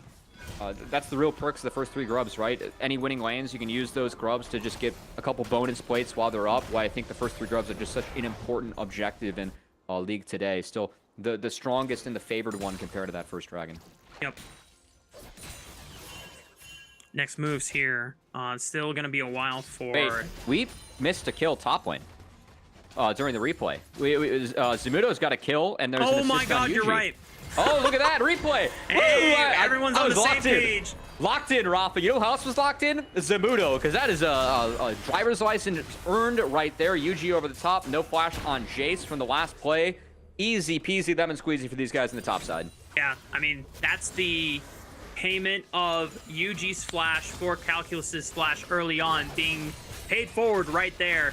Super easy for the Scion ultimate to line up on someone like another kill mid. Oh man, it's just falling apart for Polestar.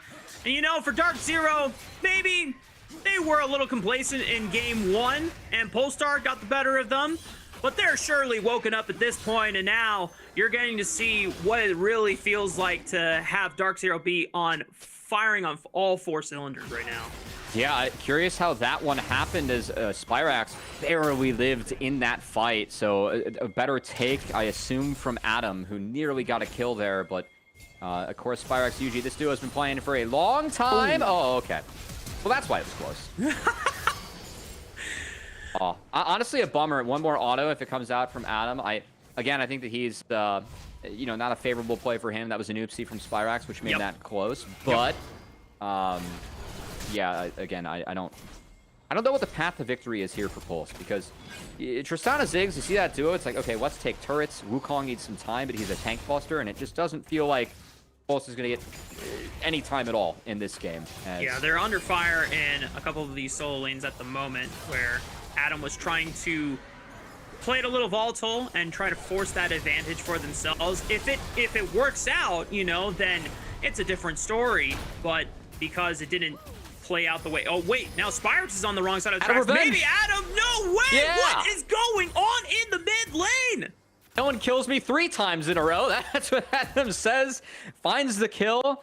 Little bloody volatile there, but Adam able to take down Azir. That's going to be a shutdown. That might have been a shutdown of his own creation, but a shutdown secured nonetheless. I'm just lost. I'm not sure how Spyrex got in that position, because he is so close to the tower. I wonder if Adam was able to get a read on how he was sliding on in and just punted him with the ultimate there. Yeah, because Flash wasn't burned. Okay. All questions are going to be answered here on Spyrex. Definitely a little bit far up, I guess. Oh. Nice. Well played by Adam. Wow. That's really well done. Slick. Yeah, that was slick. That's an oopsie by Spyrex for sure. Spyrex did not have the Emperor's Divide available, so I think if he has that up, he can afford to take the E in, but without that cooldown, that's definitely an oopsie, and a good punish from Adam. Nice bounce back. Yeah. Well, now the rest of both squads trying to see if they can compete for the second rotation of Grubs. Calculus, having joined the squad in the mid lane, gets a decent shock blast onto Spyrex, chunking his HP. Psycho moving on up, Yuji following next. Polestar have started up the second round of Grubs. They should be able to at least yoink one off the top here and not burning the smite.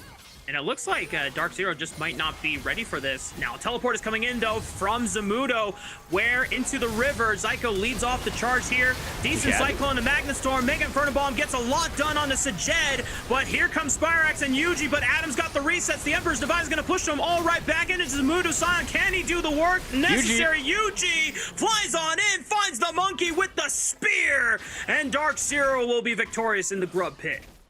They will. They're going to secure 1, so that's 4. And I got to say, that's not bad from Pulse. I like the team fight execute from them. Everyone on the Sajed, it was a good trigger pull, but the Emperor's Divide from Spyrex in the middle of that fight, I think was the real game changer in how Dark Zero was able to come out on top, because it really enabled Yuji to just continue pushing through, pushing forward in the fight as the Pantheon.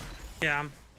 And even though, like you said, Polestar able to at least get some kills back for themselves and still maintain a little bit of economic equalization here. They're still overall down. If I'm looking at the numbers right here, 2,000. It's still not the end of the world. And getting items into, or first spikes into the pockets of Adam and Bio, definitely a nice place to be. Yuji trying to use the W to get closer to Adam, but they don't need it. Spyrex just slides the soldiers on forward, stabbing Adam in the back. Yeah. And you can see what Polestar are like trying to do, but we'll take a look back at this replay. Again, the engagement of Zyko, it finds a lot. It's, I think, a wee bit early, and Sajed just isn't able to react. If he flashed over the wall, maybe he's able to live, buy some more time, get some more damage out. But as this fight goes out, I mean, I think it's decent from Bio and Calculus. They actually synced up, hit the right targets. The issue was Spyrex just with this build, that haunting guys, a little bit of extra health was enough time for him to get the Emperor's Divide out, push them into Zamudo and Yuji, and they were able to kind of make sure that the fight went their way. As we return back to live, 1 more minute where plates are up.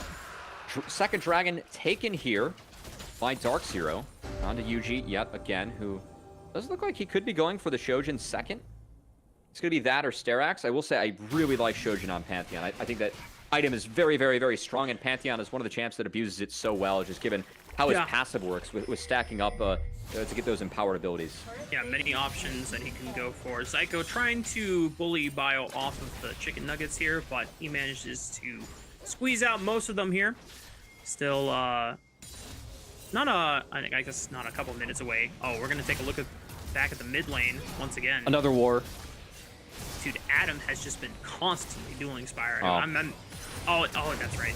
I do want to credit Yuji. The E into Wing the creep that got the smite down that slowed Adam to enable Spyrex to get the kill. So again, seeing Yuji show some really nice Pantheon mechanics. Just really like how he's been using his tools. You know, you don't really think of Pantheon as a mobile champion, but he's been using his tools to the best to make sure he can reach some plays. So, yeah, well done I mean, from Yuji. ever since they gave Pantheon the update, I want to say it was last summer, being able to give him extra movement speed on top of the resistances on the Empowered E, it gives him a little bit more durability and options to play more of a bruiser versus what we've really come to know Pantheon before that point, originally as kind of like an assassin. You just build a ton of lethality, but not the case anymore, and that's why now you're seeing him a lot more often in this jungle role. I mean, that's where I really like how Alex was using him top lane back in that split a year ago. Meanwhile, the Panth went top. Free kill onto the Jace. Calculus, no flash falls yet again. That's going to lead to another turret here being taken by Darkzero as they continue to push this map forward. And at least Pulse are able to equalize on the bottom side of the map, getting use of this Ziggs and Tristana combo. Zyko poking his head onto a ward. Bio's gonna take this stick and try and bash his head over. Oh, we got a teleport from Sajed. That's bold. 1v3. Gotta pay respect to the Magnastorm, and you know what? Sajed was willing to say, hey, what's up, guys? You know, just kind of like square up, see what happens, and nothing. It's the least useful TP, to be fair, as Samudo, the R into the... He's tanking the turret, just a little bit too easy there. And again, if Calculus has no flash, there's no way he can get out of that unless Bio is up there with him. So, just, again, really well played by Darkzero. Sometimes, we've complimented this team a lot. They're a very, very, very strong team. But, you know, it's not just mechanically. A lot of it is how they play the game as well. The plays that have been made onto the Jace top side, it's been free. It was, they forced the flash out. They have a rinse and repeat. Jace loses flash in the fight. That's close. Guess what happens after that? Yuji goes top. It's a free kill. It's a little bit too easy. Speaking of free kills, Hub. Oh, no. He tried to flash over the wall with the satchel charge, but Samudo ensures the kill by flashing over and pops the Soul Furnace. Decimating smash onto Adam. Punts him away with the ultimate, but Yuji's now on the run, trying to get the movement speed. He thought about flashing over the wall, but the decimating smash will find Adam once again and lets Yuji get into range. Zamudo just tearing up the rift on the Scion. This Scion is so big. And like Tristana, it's funny because I was talking to people about Tristana. I was like, you know, only Champster doesn't really like to see her like the super tanks top. And I know that Trist was picked, I believe, after, or it was kind of, you know, seasons of flex, but picked after the Scion. Looking at Scion, he just plays so well into what's showing here. For Pulse and Zabuto, not take anything away from him because he's been playing this pick outstandingly as well, but it's a pick that ended up being really strong in this draft. Zabuto's really cashing in as this fight. I mean, it was a nice chain on the hub. Zabuto flashes forward undeterred, and then the cancel here on the Buster Shot. I know it's a little bit of a game of cat and mouse there from Adam. I think he has to use the Buster Shot first onto Zamudo. That way he can ensure he's able to rocket jump out. But since that rocket jump was canceled, Zamudo has the move speed to catch up. He's rocket approach velocity. That's good tech on the Scion, and is able to close the gap and make sure he gets that kill. I mean, did I not tell you that Zamudo Scion was going to cook this game, bro? It's just like... Oh, man.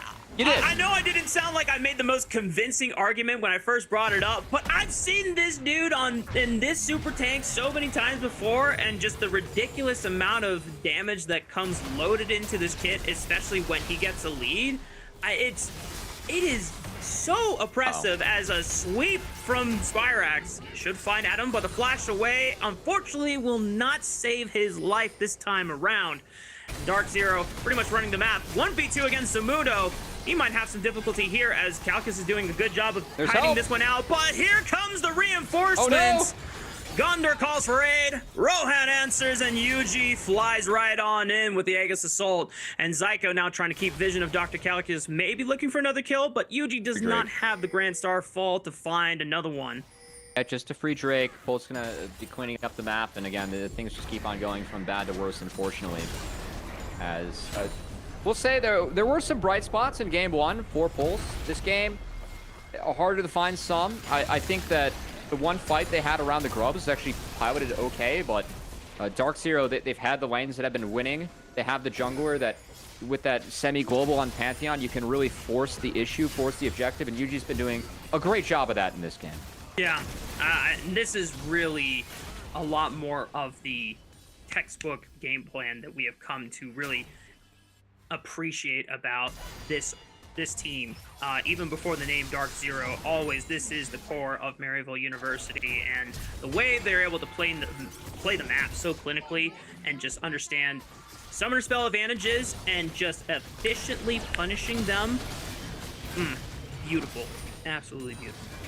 That's a big shield on Zamudo. Dear Lord. I don't think that's Sterax empowered. I think that was just the W. As this man's been farming. Not just farming minions, farming some champs here in the back half too. Is good to see Zamudo. I think one thing that a lot of people discount with tanks, your movement matters a lot when you're playing tanks, especially on Scion, being able to set up these decimating smashes or just the ease. So I think that that's where Zamudo, like when he does decide to pilot champs like the Scion or that very fun Shogath that I'm expecting to see later on in NACL this split, I think that's really where he's able to separate himself a lot of the time. It's just always making sure he's in the right position to use his abilities. Yep. We're now at the 20-minute mark here, Matt.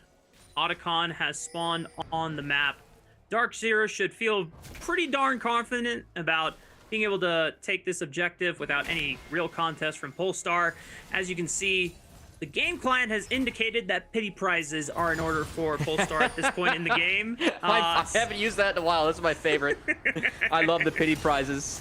Yes, bounties are up. Oh. Yeah, pity prize. That was a good one. We cooked that one up rather fast when the bounties came out. Dude, it's such a banger term. As you can see, Dark Zero are just letting their laners do the work, and Yuji's just gonna start this one up solo. I imagine that at some point he's gonna need some help taking this one down. Maybe? Look at the hands. Look at the moves. Dude, this is insane. I mean, the Psycho's right coming. now. I honestly think that if Psycho comes with the heals, that might be it. But again, the map control, it's okay. He's gonna get some help. It's very good. They're just playing the next waves. Yuji knows that he can greed this. Not much else to do. Honestly, looking to maybe save the red buff.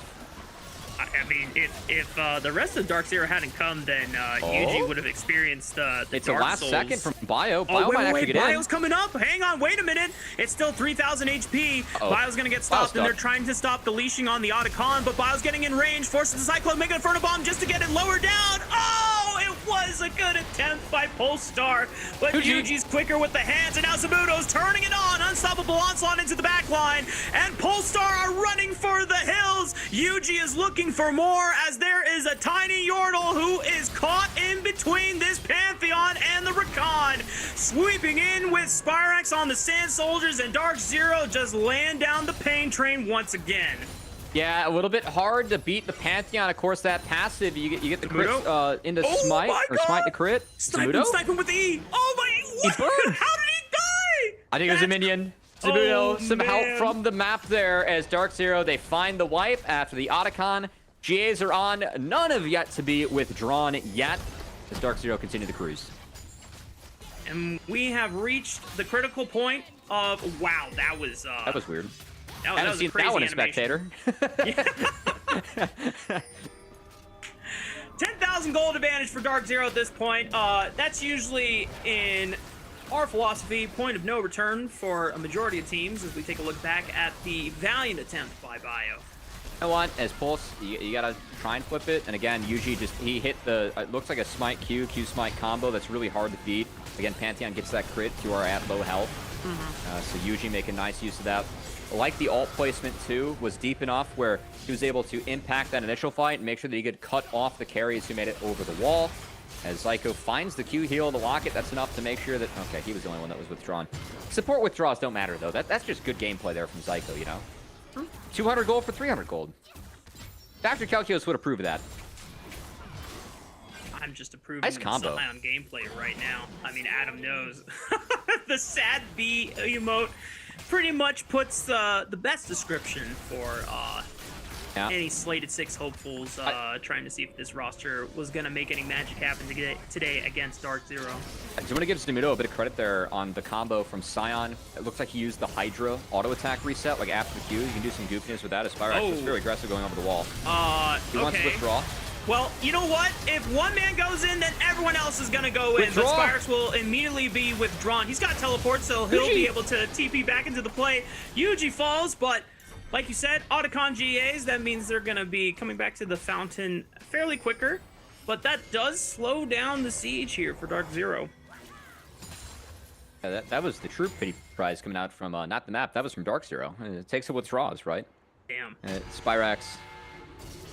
Wings were clipped, unfortunately, and Mike Oh, again. Adam nice. Flashed in front of Spyrax to interrupt the slide, and he's running it forward. Okay. I love the gumption on this guy. I don't know if it's going to change anything in this game, but I can at least respect it. Yeah, you know, while that was going on, Zamudo and CGG looked like they took a fight down numbers, and they won because they're that far up. As Zamudo, the Scions, the Scion is the size of the Scion is the one from that old League cinematic where it was like Kennen versus Scion, you know? Oh yeah. That's Zamudo's Scion of this one. Yeah, absolute unit. Yeah. Massive. Dude, he what's this third item called? Not the unending despair. Overlord's Bloodmail. Dude, that item in ARAM is just so filthy, man. Yeah, Scion does abuse that item rather well, as you got a lot of health, and it's oh my god, that ult. Oh my goodness, that is an absolute unit for sure. Unstoppable Onslaught did half of Hub's health. Tank, by the way, as Adam. Oh, come on, Psycho. Okay, you know what? Both players are having fun with it. As long as the BM is not just, one-sided. It's all in good fun. Some all chats being exchanged too. I like that. As I will say, maybe one of the reasons that we see that Scion Shield getting so big, 2 Chemtech Dragons. Chemtech sometimes a little bit slept on. Game-wise, can actually be really valuable. Scion is one of the champions that really like to see this. So, 2, that means that shield is quite a bit thicker. And with Rakans in his ears, but it's kind of the fun that we get to talk about this game, Rafa. Yeah, I'm relegated to talking about shield size. That's how you know it's close. Aw, man. Oh, I need to stop myself before we go down a different rabbit hole. Anyway, Dark Zero on the verge of closing out this series 2-0 over Polestar. Definitely some valiant attempts made and, at least broke our expectations a bit. But we are looking at the reigning NACL champions. Just another day in the office is now both of these inhibitors on the top and mid lanes have been opened up. And we're just one good fight away from closing this series out. Bio, here we go. Engage. Spyrax tries to push them away with the Emperor's Divide. Decent attempt with the Cyclone, but CGG turns it on in the final hour, and Zamudo leads the charge once again on the other side, completely wiping out Calculus. And just like that, Dark Zero pick up the ace on Polestar and will sweep the series 2-0. A really nice series coming out from, I think Zamudo was the highlight. I don't think Zamudo died there in either of those games. Yep. Was the big carry on the Gwen. Impact on the Scion was great. Loved how Yuji played around that Scion lane too. I think a lot of people sleep on Scion. The gank assist that he has, his setup and the damage early, that's a really good lane to actually play through. I know a lot of times like, okay, pick Scion, he'll be the tank, we'll leave him to his own devices later on. Not the case, though, in that game. I really like how Dark Zero had the game plan. Actually, go attack that Jace. Jace needs to play up, play forward to win that lane. They were able to turn it thanks to Yuji getting involved, and that's good stuff coming out of Dark Zero. I told you, man. Scion, or Zamudo Scion is built different. That's not just a weak side tank. That's a lane that you can actually play and accelerate. And when tanks get fed and they're piloted by someone that knows their damage limits, that being just base and stat level advantages, it's a tough wall to break for a lot of champions there. But with the conclusion of this, what's next on our docket, Matt? I believe we've got an MVP to give out for this series. MVP interview coming to you right up soon, as we're going to go through some highlights of the series while we try and set that one up. I gotta say too, for me, highlights for Dark Zero, I kind of set the expectation early on that the 2 games should not take longer than 60 minutes, which did happen. We're expecting this to be a very one-sided series, but I think for me with Dark Zero, at least them being pushed a little bit in game 1, showing some poise, I think that's important. Again, this is a team where I think fundamentally they play the game really well. They always have good direction. I think that the way they played out those 2 comps, like committing to playing 3 lanes and committing to playing through that Scion, not a choice that I think every team would make, but the right choice for me in that game, which is really nice to see. I will say, Adam has my full respect. He's got that dog in him, you know. Yeah, no fear. That's for sure. It might not be the cleanest dog, but you know, he's got that dog in him, and I can at least be, yeah. I mean, if this guy's willing to flip him multiple times and still, even when they're down 10,000 gold, just completely run at Spyrex with no fear, bro. Yeah. Yeah, definitely. I mean, I think for me too. Like, I know Adam. We saw some fun flips and interesting attempts, but a little bit bummed that, especially Dr. Calculus. I know Zamudo is one of, if not the best top laners that we have in the league. But I was expecting Calculus to put up a little bit more of a fight. For me, he's someone that I'm actually looking forward to watch his rookie year. I think that he plays with a lot of flair. He's really smart about the game. He ran a lot of the drafts for Ducky Getters back when he was on it, and was hoping to see some of that throughout NACL. Definitely something I'm going to be looking forward to as this season continues.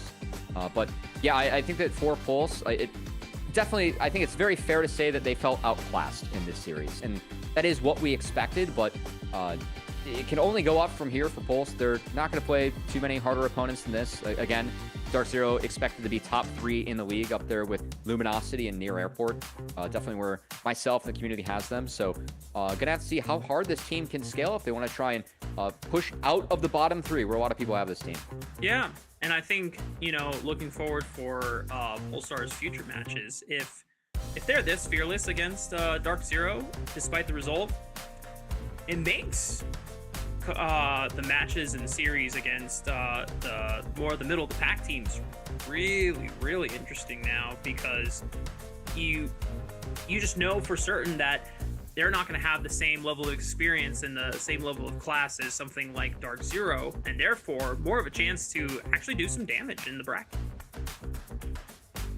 Yeah, potentially. I mean, for me, I'm just really looking forward to see Dark Zero be challenged or pressed a little more. Obviously, the start that game 1 for Pulse was about as good as it could have been, but weren't able to truly challenge this team throughout. So just really hoping that we do get to see Dark Zero and this college squad again. It's like, we're talking about these guys up there with Near Airport. I mean, obviously legends of LCS that are going to do their best as they're putting some time into competing, and Luminosity Gaming, who are the LCS, LTA North rejects that are trying to earn their spot back. I mean, these are the favorites, right? The fact we're talking about a college team in the same class as them, I think really speaks to what Maryville is cooking over there and the talent that they have, not just on this roster, but also the 10-man they have in the building. I mean, they got players like Shimmer and Toasty, someone that a lot of people, myself included, are so excited about, that are sitting behind the starters. And these are players where we really feel like, you know,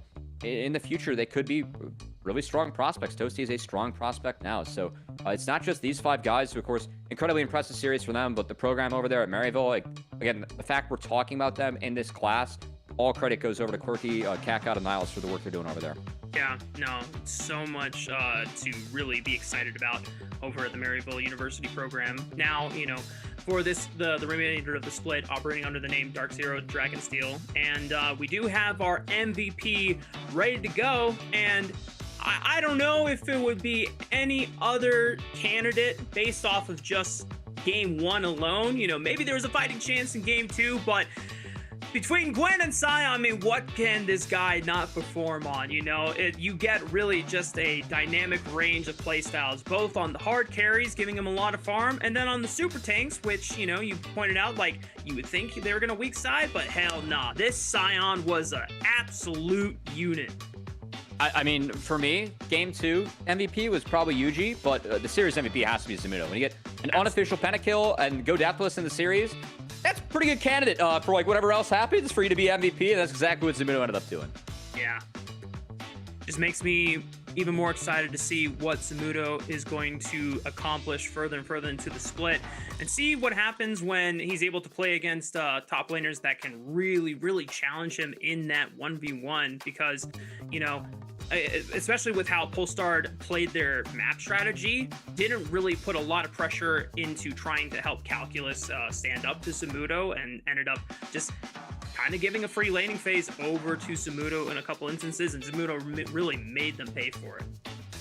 Yeah, as Zamudo usually does. I mean, he's someone where, again, like seeing him at the start of his like playing career, being that weak side warrior and really like playing some weird picks along with some meta picks, and just seeing him evolve and continue to improve. This guy really like studies the game. I think that he's had a lot of really good boot camps. I mean, it was a long off season coming into this split of NACL. I saw Zumuno in the FlyQuest building with Saito, was invited to that. I believe he was one of the players that actually got to go to Korea based on the play from that. That was super competitive with those 10 players that ended up making it there. Zumuno just continues to find ways to stand out and continues to impress us up here. So definitely a player to look out for, and someone that we talked a lot about Dark Zero getting pressed. Excited to see him get pressed by some other players in the league, and also excited to get the chance to talk to our back-to-back most valuable prospect here, Rafa, who had some fun tweets before the series started and was able to show his gameplay in game 2. But I think we're going to be welcoming Yuji here to the desk. That's right. Yuji, can you hear us, brother? I can hear you. There you are! Let's go! 2-time most valuable prospect, reigning most valuable prospect. And, you know, as you tweeted out earlier today, you're looking for your third. You know, what is really driving your motivation this split and the rest of Dark Zero? I guess honestly the motivation would be just to make it to LTA. I think now we have a chance to win summer, then we could play against DSG, and if we win against them we get this spot. So I think I would say that's like my motivation right now, and to do that I think we're just trying to like improve every day as a team. Yeah, I mean, Yuji, speaking of that team, a lot of familiar faces in the building, of course, CGG being the new one, but also we were talking about the 10-man. What's the building like this year? And, you know, I know that you got Shimmer in the building as well. How have things changed just with the people around you? Then also for you as someone that, definitely someone that, I don't know if I'm talking like with your other teammates, the accomplishments that you have, and now your veterancy with Maryville, someone that people look up to. I would say from last year, I guess the lab is more loud in a way. I guess we have Shimmer and Toasty, they're both vocal, and and sometimes we go play basketball. We also like work out, go to the gym together and stuff. We always like go for food at night, so yeah, I would say it's like more energetic than last year. I guess last year we were like more like giga try hard. You're more about the basketball than the rock climbing. Yeah, I know it was about rock climbing last year. Yeah, I mean I don't like rock climbing, but you know I like basketball, so. Nice. Who's the best player over there then? I would say probably Toasty. Toasty's pretty good. Ooh, okay. I was expecting that one. Yeah.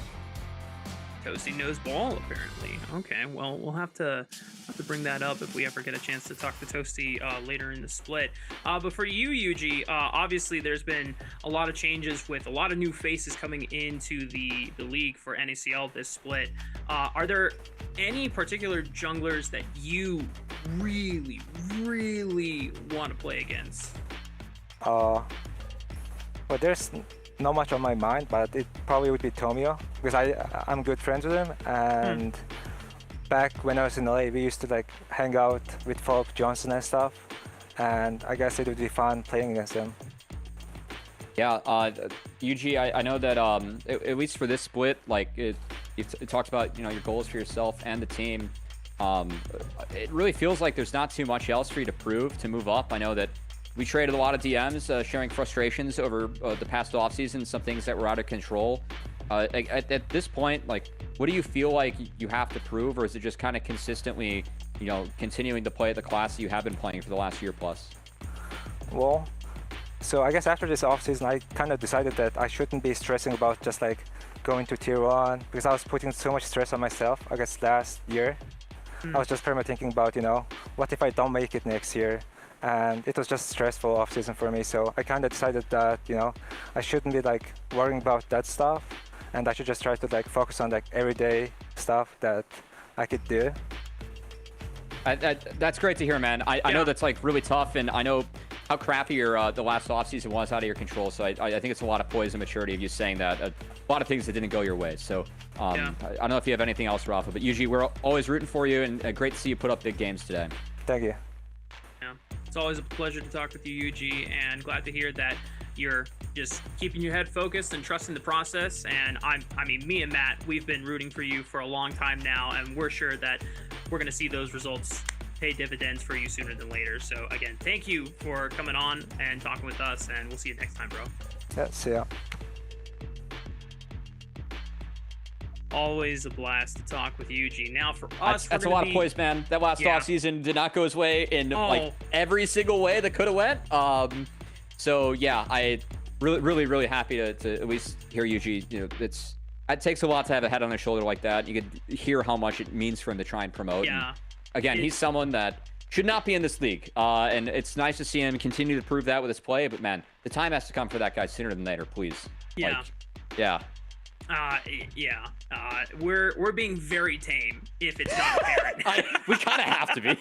we definitely have to be tame on this broadcast, but man, you know, the kettle's a boiling in terms of the emotional outrage that we had. But it's okay. You know what? As he said, he's just got to trust the process, and you just got to keep putting out the results, and then eventually, you know, people in charge of the teams and the squads over in the LTA North will realize that they're sleeping heavily on one of the best prospects. But for us, we still got one more best of 3 to play out. It's going to be between CCG and Supernova.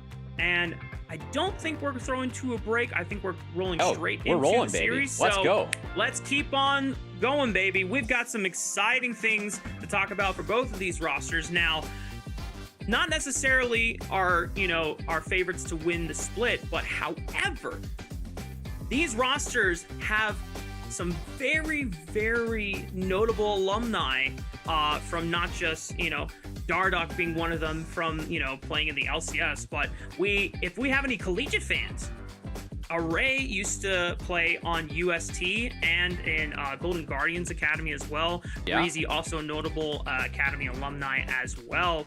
And this roster has the potential to do some damage. I gotta say, I'm pretty excited for this roster. I'm really hoping that we get the best out of Dardoch, Array, and Breezy, players that we have seen. I feel like at their peak, all 3 of them have been top 3 in their role in this league. Dardoch is just a tier 3 cheat code. Excited to see what he can do against a pretty competitive jungle pool, and especially a competitive jungler he's going up against today in Kiel. But those are the 3 that, you know, we're familiar, used to seeing. And we have the 2 younger players. Aojun, one of the 4 rookies that we have in the mid lane. We'll get a look at him today. And then Crimson, the one returning person to CCG. Yes, if you are at home, this is Sniper's twin brother. And yes, that also means he is Viper's little brother.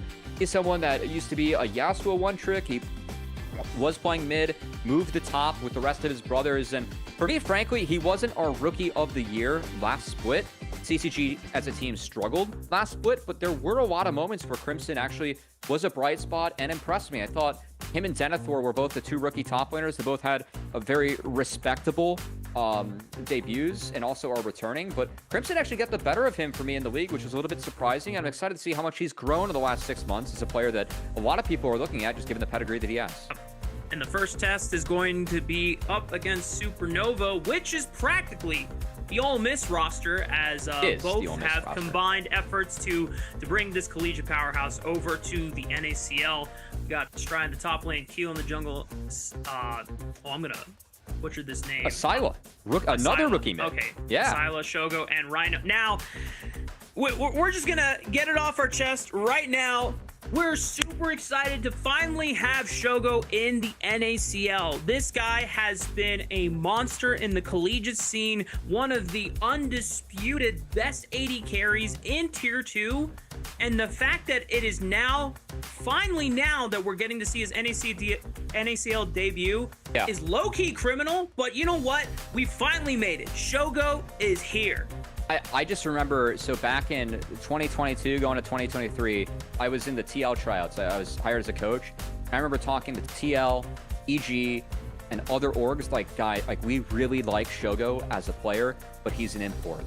At the time, if you were an import, you had to kind of be viewed as like potential top 3 in your role, so that buyouts were on the table, or else it wasn't really worth importing.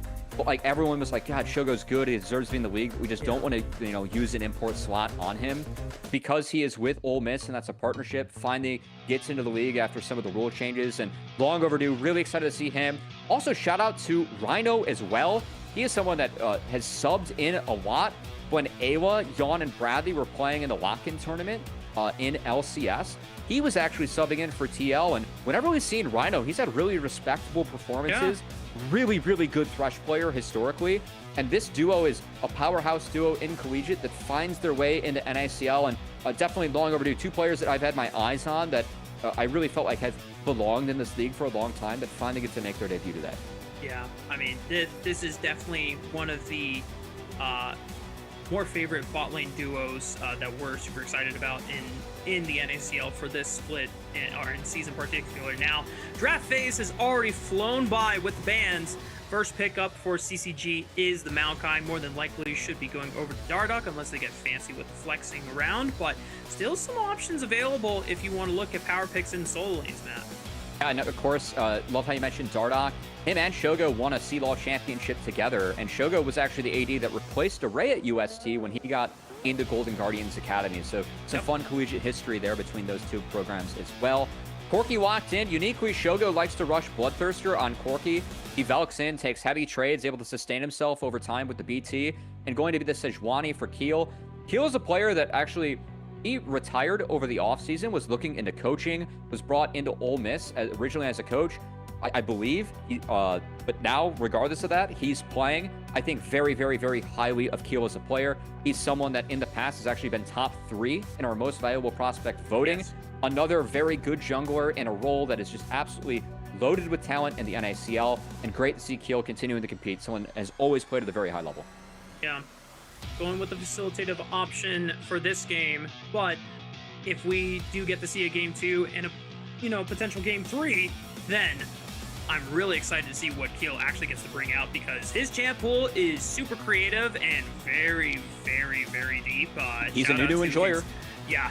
Yep. He was a long-time Nunu enjoyer before FlyQuest brought it out against Gen G, y'all. But I mean, CCG, he used to go by Frosty Nomad, so I believe him and Dardoch actually played against each other in Academy way back in the day, because there was a point in time where Keel was playing for CLG.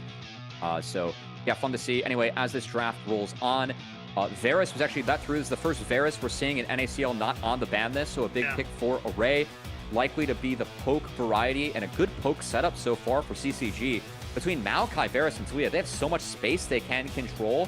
It is going to be the Syndra for Asila. It is a rookie v rookie matchup in the mid lane. Excited to see both these guys. I know we're not really sure who might be better than the other. It might be pretty close in the standings, both for the teams and these players. So opportunity for Asila. Does have that counter pick in lane into Syndra, but going to be under a lot of threat against the Maokai and a Varus this game. That's a lot of range that Syndra can't really deal with if it's played right by CCG. Yeah, if you ever lose your flash early on in the laning phase, you can never step up, because then Maokai can set up the Talia combo super easily, and then your laning phase is completely over. Now, second round of bans have come through, mostly support from the side of Supernova trying to eliminate options for Breezy. Nautilus is the pickup for Rhino. CCG now have a chance to counterpick the Nautilus with their own support. Yeah, the Nautilus, of course, there is a small chance that we see the Maokai go support, but mostly Maokai jungle. It's going to be the Rel taken. Makes a lot of sense. Someone that can help combo with the Talia. Talia has so much setup in this game, something that I really, really like from the CCG draft, as Crimson going to be left to his own devices to blind pick. And I will say Gnar and GP being taken off the table, those are 2 picks that you can play into Renekton, so definitely trying to set that up a little bit, but Jack's going to be locked in quickly from Stray. Stray's actually an interesting player. He is, I believe, a Latin American resident, so America's resident now, but he actually played at an MSI way back when on, I believe it was Isurus Estrel. I think maybe Team Ace? Well, it's Aussie, yeah, but he has played at MSI before, so he went international, and someone that did find his way into Ole Miss. Of course, Ole Miss, they were reverse swept by Slew, who ended up winning CLAW in the CLAW championship last year, which was a bit of an upset, bit of a disappointment for Ole Miss, especially given that they actually competed in the OQ to try to promote to NACL at that time. So they do find their way in through a partnership.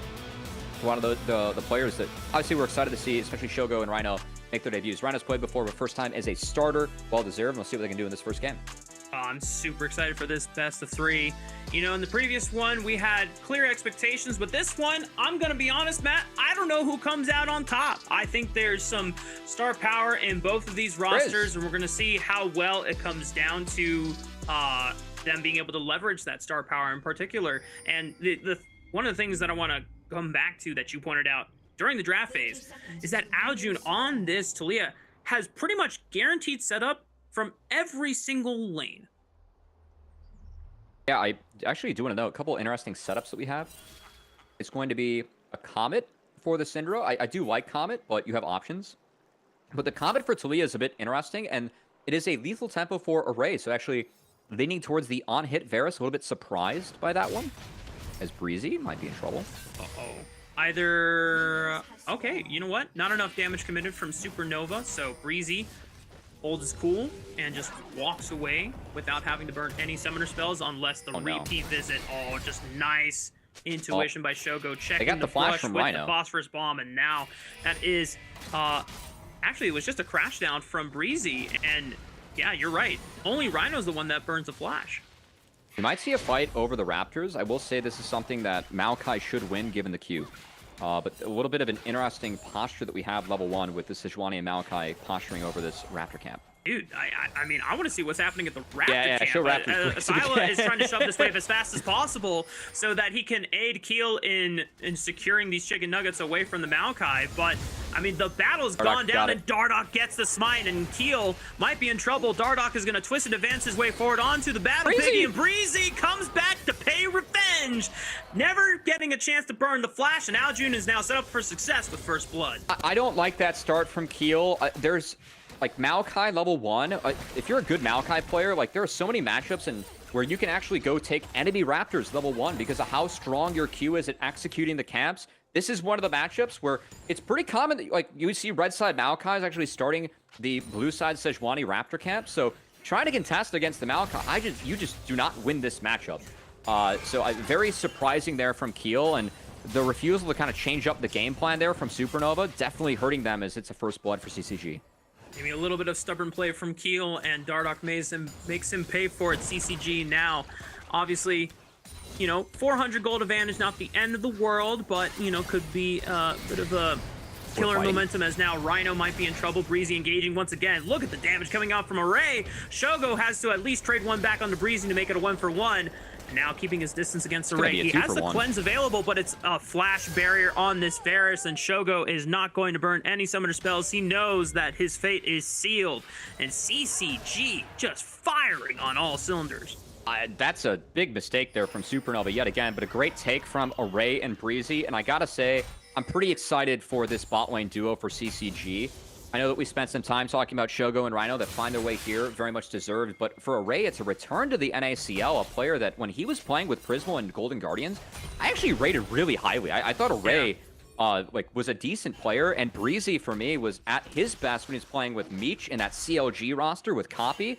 I think that this setup, it's a great chance for both these players to kind of bounce back and climb themselves back up the rankings, because in the past, like, we've always talked about Breezy as being a good support, but he was behind Diamond, behind Ayla, behind Chime, behind Busio.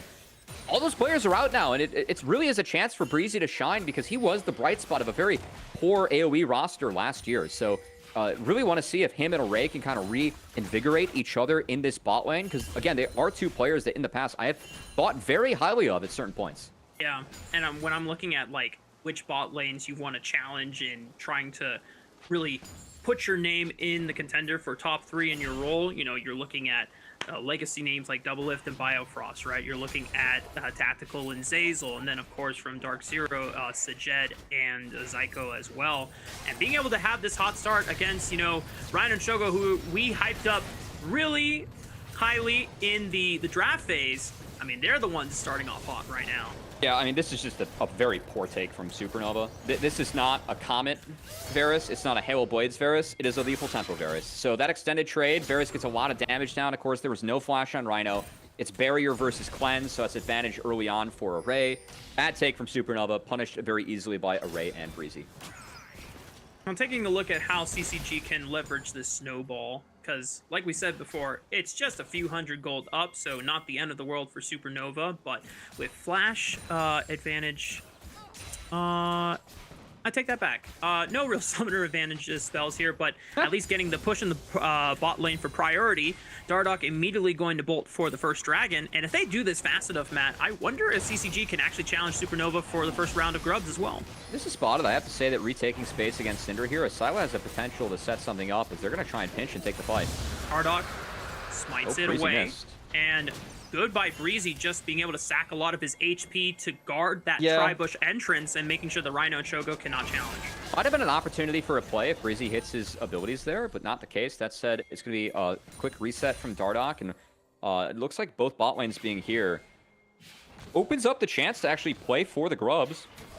As if there's not a rotation, I mean, that's a level 6 Renekton, and we have seen Renekton in first Grubs is sometimes just a lock, as Crimson burned his TP to make sure that he is as strong as possible before the Grubs. Dardoch going to be bolting there, going to be at least 1 or 2 taken. Ooh. But bot lane, Breezy goes down.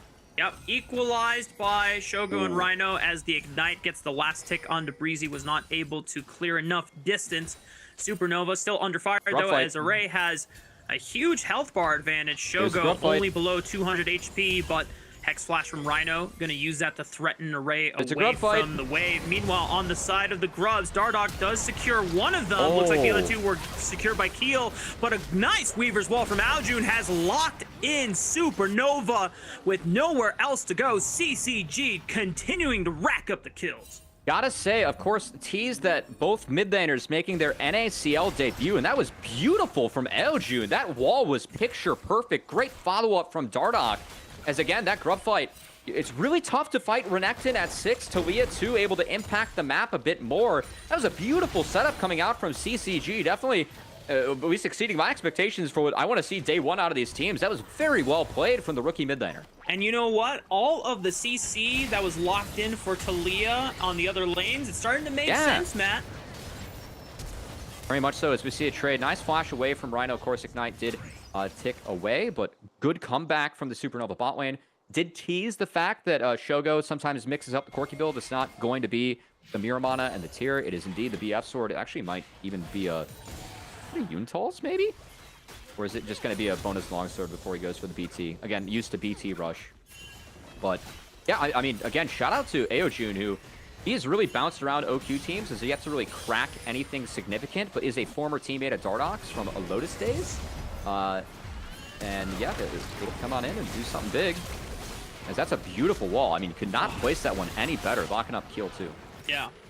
There's really no way for him to get out, and they had already burned flashes just to escape the initial initiation from the rest of CCG. And with an early Merc Treads rush, I'm curious to see how proactive Aljun is going to be, because is a little bit more durable in the laning phase against Asyla's Syndra. Yeah. Should give him either the confidence to just fully clear the minion wave using the full spell rotation. And now, since bot lane has been extremely volatile, I imagine that will be a hotspot for Aljun to send his Weaver's Wall down to. I will say I lied. Didn't play with Dardoch, but did play with Array and Crimson. And Kryra, actually, a player that I really enjoy, that is unfortunately not with us in NACL, but very much deserves to be this split. They won ACL fall playoffs, ACL being one of the very competitive leagues that takes place outside of NACL, and also a league that has co-streaming rights to this, so shout out to them, as I know they're on the broadcast. Now, just love seeing how many rookie faces we're getting to see in this split, because this is where It's the fun of the OQ.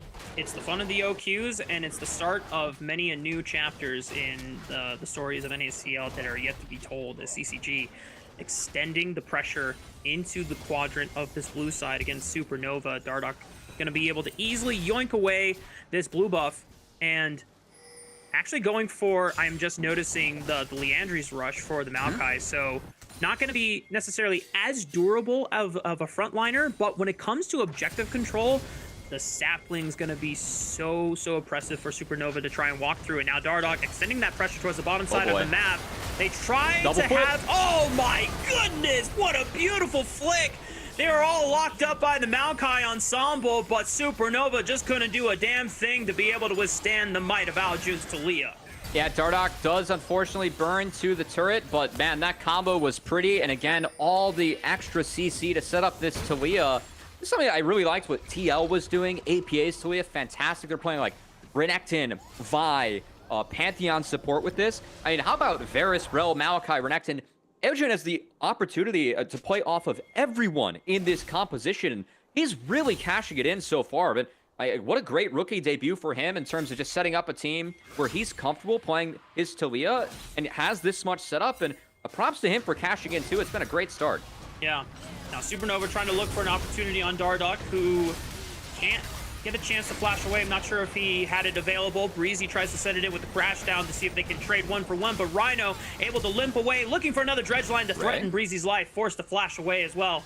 Supernova not going to go down without a fight. Yeah, a bit of an oopsie there from Dardoch. Flash was not available. I think it came up just as he went down, but going to take, I guess, a replay of bot lane here again. Beautiful wall. I love the angle that Dardoch takes with his ult as well. Makes this way too easy as the Valkyrie in from Shogo. It wasn't to get out, it was unfortunately to get back in, and that set up the double flick coming out from AOGN. That needs to be tweeted out or something. That was a beautiful combo. My God, what more could you ask for? And unfortunately for Shogo and Rhino, they were locked into a CC train and no chance to get the hell off of that one. Rhino might be caught out here. Has flash available, now popping it. And the rest of CCG just continuing to extend the pressure in this bottom side of the map. We'll say Chain of Corruption was used there, and Rhino's still healthy enough. Shogo's low on mana, that's my only concern, but there is an opportunity here where Supernova might be able to look, just given that that is a big ult that was burned by Varus. That said, they did just take the grubs. Looks like Keel is not jumping off the Raptors to try and contest this, so just going to be a give. Yeah, this should be pretty free for Dardoch to smite away. Supernova trying to figure out how they can get back into this game. It's going to come and just, take a page out of Dark Zero's book. When they lost the early game, they tried to get as much farm as they could into a lot of their carries, and we'll see where they're able to find their moments here as we take another replay back on the top side river. Yeah, you can see Dardoch didn't have flash available before he went down, just came off cooldown. Still props to Array. I do like how Array actually, kind of looking back, thinking about it, we're used to seeing poke Varus. I kind of like how he went for the on-hit here. Talia, Maokai, Rel can create so much space for the Varus, and just knowing that Shogo does go for this Bloodthirster rush on the Corki, I think Varus wins out on the DPS war, because it's very difficult to beat Varus on the DPS war when you are on hit. And of course, Corki with his build, ideally he wants to Valk in, trade, and then heal his health back from the VT. That's not very good, or that's very good against poke Varus, but on hit Varus can contest that a lot more. So I like this from Array, as Shogo going to be forced off by the Nature's Grasp, does get caught, going to burn the cleanse, that's going to be a turret falling. Next wave. The turret lives to see another wave for now. Shogo managing to back off and avoid a certain danger, but as you said, was forced to burn the cleanse, and a lot of members are trying to join up on this bottom lane just to make sure that it doesn't go down. Oh, the Glacial Prison goes a little wide, but it does zone Breezy into lethal range of Shogo, but then Dardoch re-engages, flashing away from the death charge. Just well played by CCG. Can they at least trade one back? The Ignite does take the life of Breezy, but unfortunately for Rhino, falls to the arrows of Array, and now Asila trying to join in the fight, but has to deal with Aljun, who has joined the fray as well on the Talia, and just continuing to put a stranglehold on Supernova's bot lane duo. I mean, again, Array and Dardoch, these guys have played at a really high level in the past, and Breezy, again, the three people that have the most experience on this roster, they juggled their health bars beautifully in that skirmish. I love how Dardoch was able to stick around the fight and still contribute. Breezy got max value to his health bar too. Starts off Keel, tries to drift a bit, does miss out on Array, who steps up. Chain of Corruption locks down the Sejuani. Dardoch able to flash away, so he cannot be in danger of the chain, or depth charge into chaining any other damage. Yes, Rhino picks up a kill onto Breezy, but more kills go on to Array, who, in his return to NACL, and someone where, I mean, we're so excited about Shogo's debut. Again, Array, when he played with Prismal in this league, I thought really highly of those two as players. I thought they were playing duos very well in the bot lane. Great to see Array come back in the league and get off to this monster start. And Array's story is so cool, man. When we first heard about him, he had come to replace the 80 carry slot for it was Gorkon Barrage, it was Array on Resolve, and that team had APA on it. In the first Proving Grounds, they upset TL and Spawn. And then the second one, they upset C9. And it was really off the back of Array team fighting on Tristana. Way back wasn't in there 2021. like a pattern of like the second seed falling to which was essentially like the 14th seed or something, and it just happened twice in a row, which is pretty cool. But before then, like Array was like not really well known in the player base. I think he had played on Supernova Dark Matter or maybe just Supernova beforehand. But then when he got picked up by Resolve, everyone was just, you know, the word was spreading around. It was like, hey, Array is being slept on a lot. And yeah, he proved his worth and being able to climb the ranks so swiftly into NACL or Tier 2. The split immediately after goes to show why this kid has so much promise. Yeah, he had PCL on like Orm duty, which is pretty rare from PCL, right? You have to be a decent AD for that to happen. True. And again, great to see Array in this one. Two ADs I really feel like can contest for not just middle of the table, but towards the top of the table with some of those top 3 teams. And good to see them, especially Array, was really showing up in this first game. It's fantastic. 6-0 on the Varus. Just a few hundred gold away. Oh, Supernova find a moment and lock down the Varus. We just cast to cursed him. I am so sorry, Jackson. That is, that's our bad. I mean, I will say, the barrier for Array, the cleanse against Sejuani Syndra is pretty nice. I know barrier against the Nautilus makes a lot more sense for the lane phase, but that's a really good punish. Array not able to get out of that one. And that's a big shutdown that just went down onto Shogo of all people. So good play from Supernova that pretty much evens up the gold.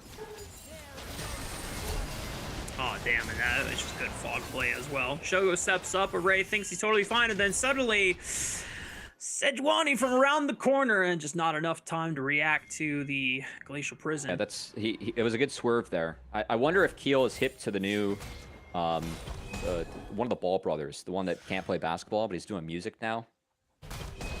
I have no idea what you're talking about. He's got a big song, like it's big and it involves swerving, you know? Wait, I might hang on. Magnetstorm from Breezy tries to lock down Rhino and Keel, and Crimson's gonna fall on the right side. Rhino falls, and CCG have complete control of the Dragon Pit. This will be the 3rd one of the game, and CCG have just put themselves at Dragon Soul Point. I mean, the Talia value of this draft, again, Talia was taken early, but even the later picks taken in the draft, like a Nautilus, a Jax, Talia has so much value against the enemy team. We already talked about the setup that Talia has too, and again, Eugene just continues to cash in. That is not an objective that Supernova could really afford to contest. I think a lot of them bouncing back in this one relies on good scatters from Asila, who burns it, and he's dead. Oh my goodness, the CCG are merciless, looking for Asila, flashing away, but Crimson's Renekton will slice them down anyway.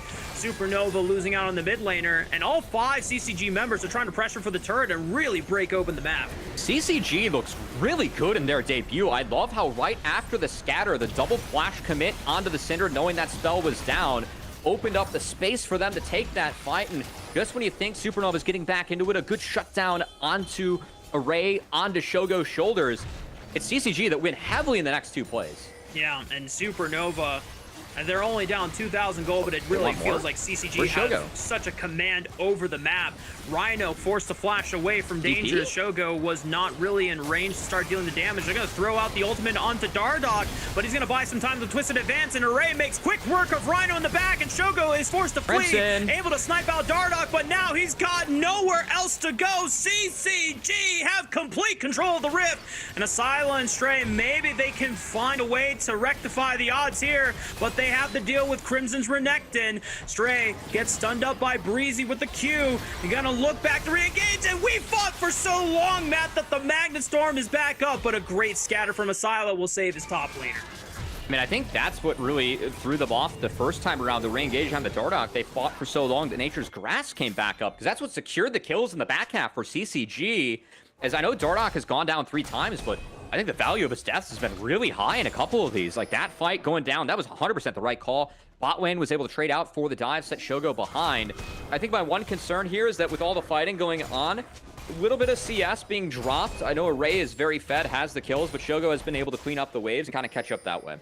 And if there's anything that we learned from the prior series is the power of being able to quietly farm your way back into the game. And it allows for someone like Shogo, who doesn't have as many kills as Array, but at least is keeping up in item parity. I know Dardoch gets ulted, goes low, but that Nature's Grass came up, and he was just able to get it off here before he went down. That's key, because that rooted up both Keel and Shogo, opened up the door for Crimson's Croc to wreak havoc in the backline. As I think Crimson also quietly having a nice game, doing his job and a little bit more on the map has been good to see as things continue to cruise here for CCG.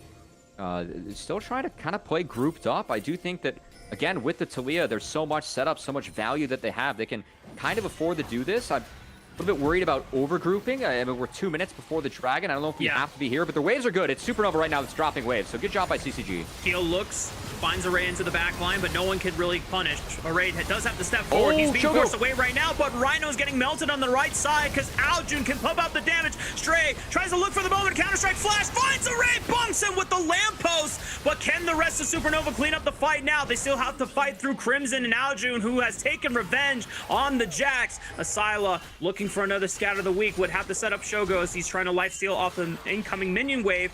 Scatter does manage to tag Crimson, but nothing really opportunistic for Supernova to continue with. I think CCG should fix waves. I was actually a little bit surprised that fight was so close to Supernova winning because Shogo was caught out by the chains of corruption in the back half.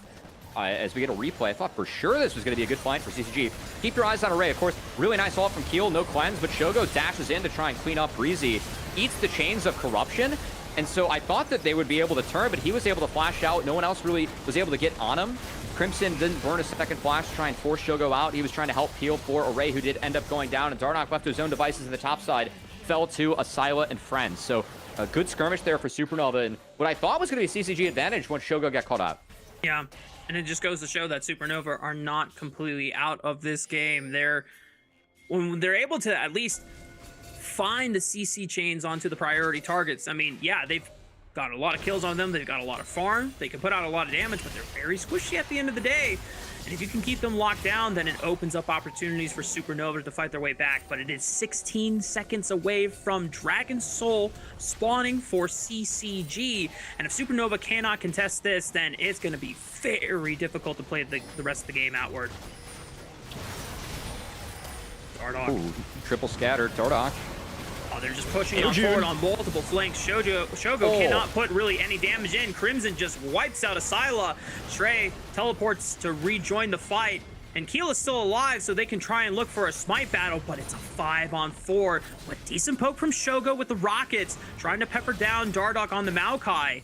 Maybe playable for Supernova here, as they just got to keep their distance and maintain the poke. I hope that, I kind of wish Dardoch would jungle privilege the grubs, or the Gromp there. I really like how Eugene played that, though. That was a really good flash forward into the flick. Look at Breezy's positioning! Stray was trying to set up the flank, but Breezy found one first, and they eliminate Rhino, forcing Shogo to flee the scene with the Valkyrie. Keel also has to bail, and that is soul guaranteed for CCG. And that's pretty much game. That's a Hextech soul. That's going to be really tough for Supernova to beat and overcome, as the consistent slows coming out from pretty much any damage put out is, I think, going to be way too much for Supernova. And man, that flank, that caught me off guard, Rafa. You were more on top of the ball than I was there, as that was a big one from Breezy. Dude, I've just been watching so many good supports recently. What can I say? Well, I mean, it makes sense. We haven't been playing much together, so... Oh, no. Yeah, anyway, I mean, again, Breezy, him and Array, they've had a big game, and I still love... for me, the big story of this game is actually Eugene. Oh, hold on, Stray. He doesn't have flash. Yeah. He got Counter-Strike nicely. Oh, TP. Leap Strike. Oh, no. Aljun has the Beautiful. TP. And with the Unraveled Earth and the Seismic Shove, there's nowhere for him to run. Guaranteed map numbers advantage. CCG are going to rip this out of con. I mean, again, Aljun, like, this comp for Taliyah is good, but the way that he's playing it, like, we're seeing some aggression, some flair, some playmaking from someone in their first NACL game as a Rook, getting the better of the Rook on the other side. Really good to see from Aljun, as, like, the walls, the flicks, again, a lot of the comp can set up Taliyah well, but he's really cashing it in. Very impressive start for him. Yeah, I would have the utmost confidence of letting Aljun play this Taliyah in any composition the way he is performing in his very first NACL game, brother. CCG definitely have a star in the making in this mid lane now. Take a look back at the replay, as it is the back half of Breezy's impeccable flank. Yeah, we missed the flank from Breezy, but that was a really good walk around from him. And of course, Stray was taking the gates to try and set something up. Breezy denied it, got in there first. And Breezy, I mean, someone that historically, we know him for, I think, his Alistar when Renata came out. He was a really early adopter and a good Renata player. But Rel was, I think, his big champ last year where, again, the AoE team that he was on, they didn't find a ton of wins, but Breezy was always a bright spot on the roster. And this, for me, is a much better roster against CCG. We have a very much expected top 3, an expected bot 3, and then teams in the middle of the table. CCG is for sure one of those that's going to be trying to posture and challenge that expected top 3. If they play like this, this has been some good play coming out from CCG. I'm very pleasantly surprised in how clean these guys look for their debut. Yeah. And it's going to be exciting to see CCG tangle with some of the top dogs in the league.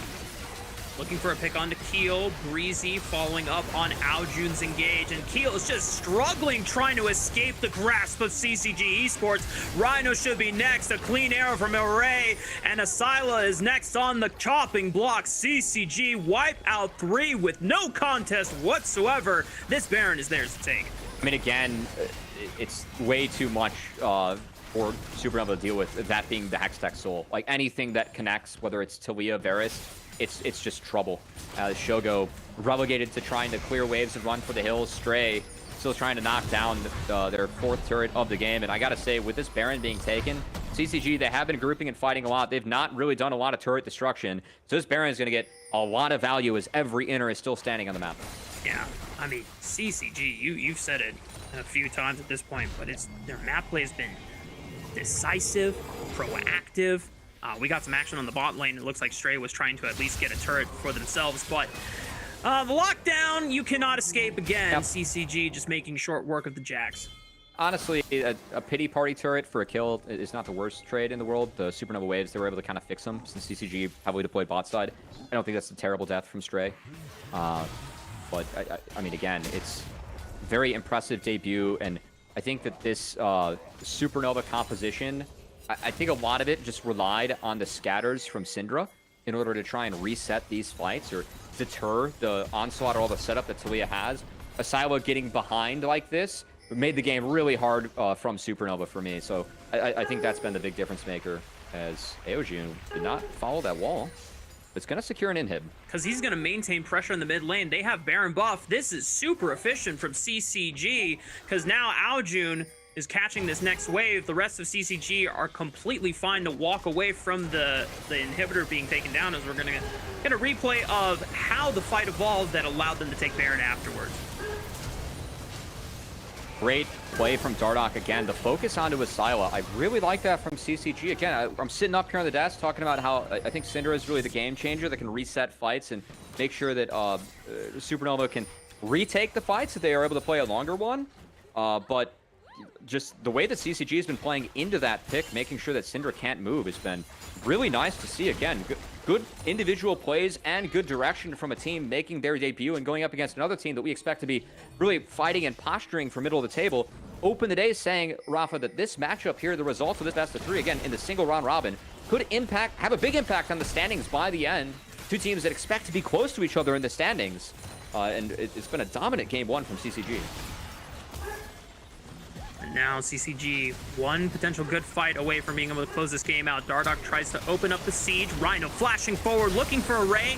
Gets the flash out in exchange, but Dardoch able to hold the front line. And what a beautiful Magnet Storm from Breezy! That should seal the deal as Shogo's forced to run for the hills, but Crimson's got him on his heels. And look at this, Renekton just slicing him down. What is in the Shura water? Because they're pumping out stars left, right, and center. CCG Esports get the full ace on Supernova, and we'll take game 1 in the series. I mean, that's the definition of a Magnet Storm right there. A 5-man from Breezy, as he makes a late case for himself getting an MVP in this game. And I mean, Rafa, who's your MVP from CCG for that one? That is that was a team effort win. Can we vote everyone? It was a team effort win.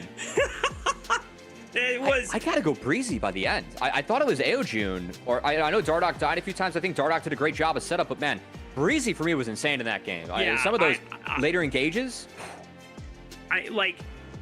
you think about the early invade, and obviously Dardoch being able to hold his ground against Keel, but we have to remember that Asila got the first collapse towards there, so it could have been dicey, but the fact that Breezy did not die to the invade, didn't burn the flash either, uses it instantaneously to punish Keel on the invade, and then they maintain their ground, being able to create a super volatile lane and an accelerated pace for Array, and then, I mean, the flank around that Dragon Pit, whew, Yeah.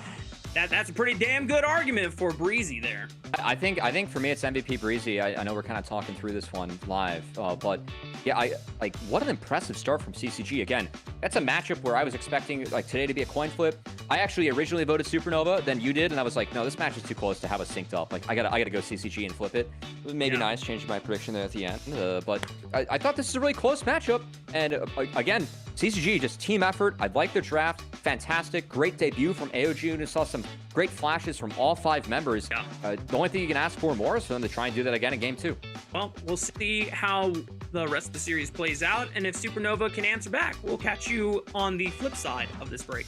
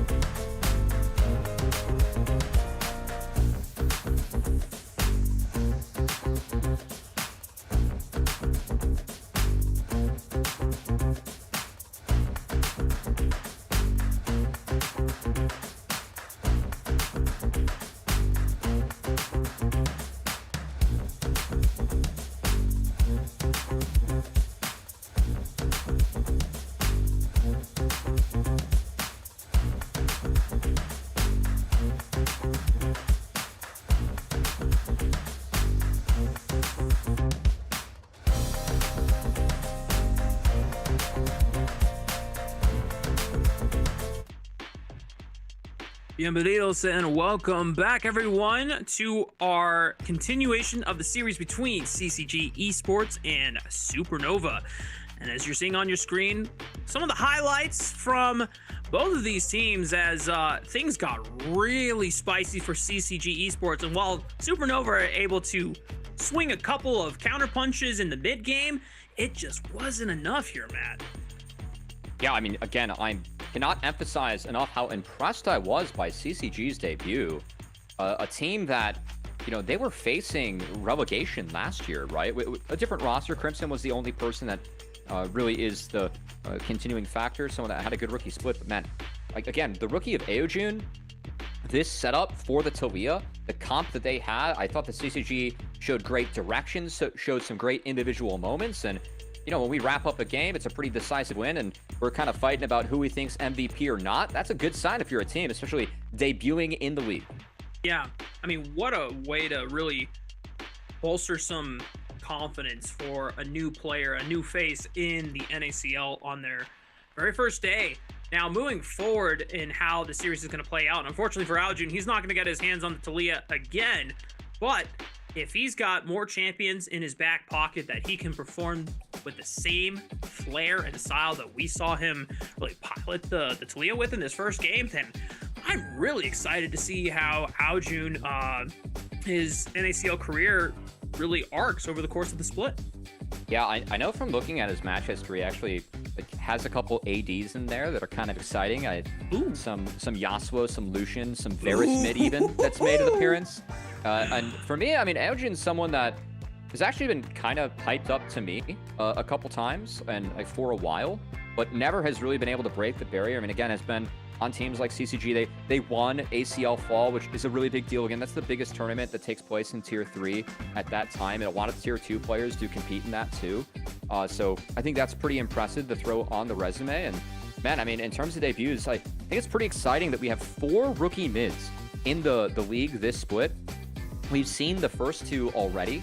Oh god, I challenged myself and I don't know if I wanted to. If Fly Mini was 1, of course we're seeing 2 in Aojun, Sila now, but the other one of course was Adam that played earlier. Yeah, so you've seen all 4 now, but definitely something to look out for if you're a fan in NACL. You know, how well can these 4 rookie mids in their first split really posture debut? It's a fun fight last split between Samakin making his debut and then Toasty in his second split as well, kind of watching how those guys grew. Mid's a really tough role to play competitively. I think it's a really high learning curve. It's very demanding in terms of what you play and like what you can do on the map, and definitely an opportunity for growth for everyone. But for Aojun to have a debut like that is fantastic. So we'll see if we can keep it up.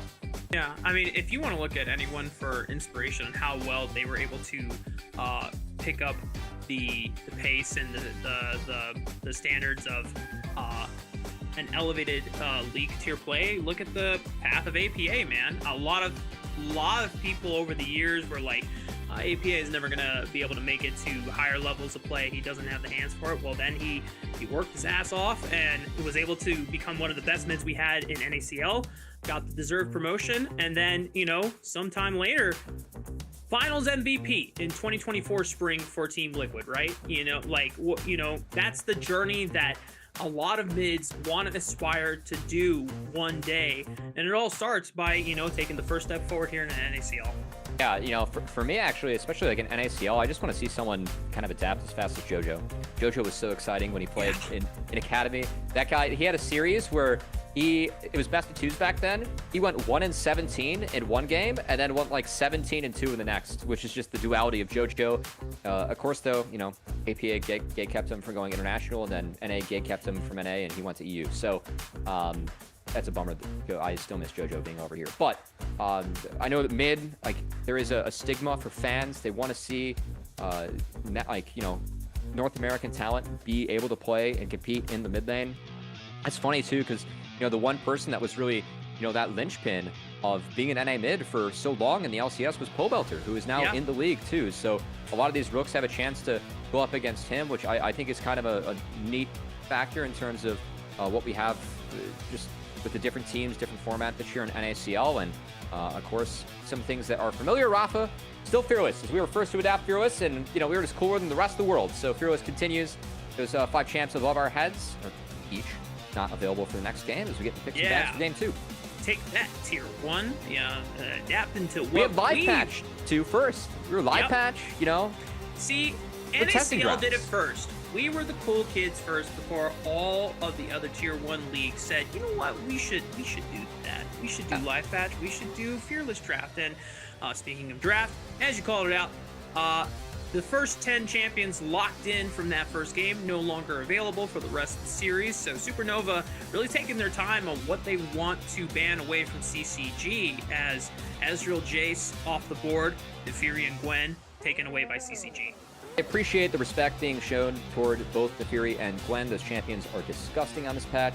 Yep. But I will say for Supernova, taking away Jace and Ambessa, my eyes go towards the Rumble. I actually expect for Rumble to be banned here. Of course, Skarner's still on the board. Skarner's fallen off a little bit in popularity, but still a big pick.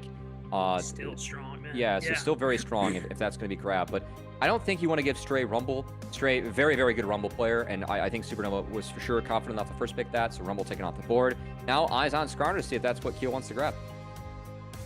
The few times that Skarner has been let through, Zyra got you through. Talk about Zyra Never mind. as It's the Zyra. answer. Yeah. And so, this is the gambit that you play, right? When you take the Skarner, the one thing that makes it super hard for him to actually enter fights is something like a bunch of plants going crazy thanks to a well-timed Strangleborn. No, Keel is a very, very good Zyra player. I would have taken away the Rumble before I would have taken away the Zyra. That said, this is going to be a Mundo jungle. This is a Dardoch specialty. The Dardoch special. Yeah, he plays this into Zyra, some other AP junglers, because you get to go Visage earlier in the build. So if I'm Supernova, I think it's really important now to take a lot of AD around this to maybe dissuade Mundo from getting that early Visage, which is so big for his power as a champion.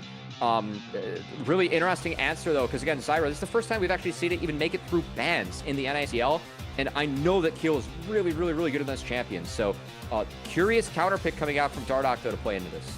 I have so much Mundo jungle knowledge to share with you, but we're going to save that once we get into the game in the Rift, because it's mostly just jungle clear stuff, and which is, I think, another reason why Dardoch is such a big fan of it into the Zyra. But I love that CCG already have locked themselves some non-committal engage. The Enchanted Crystal Arrow from Ashe, always a great way to at least look for a fight, if not burn some summoner spells for free. But a good way to avoid that is having something slippery in your hands, which in this case will be the Zeri for Shogo. Yeah, likely for Shogo. We haven't seen Zeri made in a long time. Again, I do think it's really important to take AD around the Zyra. I also want to say I do like the Ashe. Not only is it engaged in a role where Mundo's not going to bring that, but the slows throughout the fight do open up things for Mundo and a lot of other picks. So yeah. I do see a lot of value there. As I will say, Azir locked in. Going to be the pick for Asyla. Got to believe that Eojun, I would really like something like Victor away here. Just play with range against the Zeri. It's kind of hard to outrange the Zyra. I mean, she pokes you, and Zyra's so strong as a champion, but the Hui at least can provide some shields to try and defend against that, and has a decent matchup against the Azir. I think that's kind of the thought here. Yeah. If you are CCG. Yeah, I mean, the way I see it too is it's so hard to walk into a choke point contested by Zyra. So you want to match with a ton of range and poke so that you can at least make it more likely that you'll win the fight because you have a health bar advantage. And if you don't play in the range of the Zyra plants and you're not interacting with her and you're chunking with QWs from Hue, and depending on what else they lock in for the rest of CCG, Jace has already been banned, so I don't know another champion in top lane that could be an effective poker, but maybe it might be enough for CCG to at least contest some of these objectives. Yeah, I still think the Supernova looking for some frontline here. It is sometimes tricky, though, against Ashe. Like, I think something like Camille actually has a lot of value this game. Also, the Braum ban, a bit surprised about that. I think Braum is really, like, the champs that are shown. I know Braum Ashe is so strong as a combo, but the champs showing for Supernova, all of them kind of abuse Braum. So, and I don't think there's enough engage for CCG to actually warrant a Braum pick here. So I'm a bit surprised that we see Braum taken off the board. I think it could have been something else. Curious what the last support ban will be, or if they decide to ban something else, as you already called out. Supernova still are lacking some frontline here, more than likely. I look for Rakan. I think that the Lulu Miona bans are to protect the Rakan. That also syncs up really well with Zeri. So I think it's going to be a Rakan angle here for Breezy. Gnar ban. Okay. Well, a couple things to point out here. CCG, they have strong initiation, and they now have the follow-up with the Rakan, as you called out with the support bans. Top lane, I'm curious if they're gonna find a way to get some point-and-click lockdown for the Zeri, because that is my one big fear about Zeri as a champion always. If you don't have guaranteed crowd control, and then she gets accelerated or she gets farmed up, you don't really have strong ways of just being able to ensure that she doesn't run rampant on you. Yeah, Alistar being taken. A little bit surprised about the Alistar. It kind of gets abused by Ashe Hue, and potentially even Mundo too. So a little bit surprised to see that one come out of Rhino, but of course Rhino loves playing those engagers. And then in the top lane, I think kind of going off of what you're talking about, Rafa, Camille for me goes up in some prio. If you're going to pick Cassante too for Supernova, I would love to see a Crimson Camille come in. It kind of makes a little bit more sense for the Gnar band. You can't swap anymore to get Cassante out of that. Gnar can't win that matchup, but Camille having that lockdown for the Zeri, even the Azir, and then the true damage even to get through both the Alistar, the Cassante, or you just go Olaf, same idea. I really like the Olaf this game. Mark, your eyes just got pretty big. For me, Olaf's a little bit more, like obviously it's more damage, less utility. I think there was enough damage on CCG, so I think we might have over-indexed a little bit on our damaging characters. We could have gone for something with a little bit more setup in the top lane and been okay. That said, I see Olaf in this draft. I'm a very, very, very happy camper. He feels really good against this this comp into Cassante, Alistar, Zyra. It's one of the few ways you can actually deal with Zyra from the top lane, as that champ can really warp the terrain of a fight. My one concern is that Zeri Azir are mobile to get away from the Olaf. That's important, and it's pretty bursty for Supernova.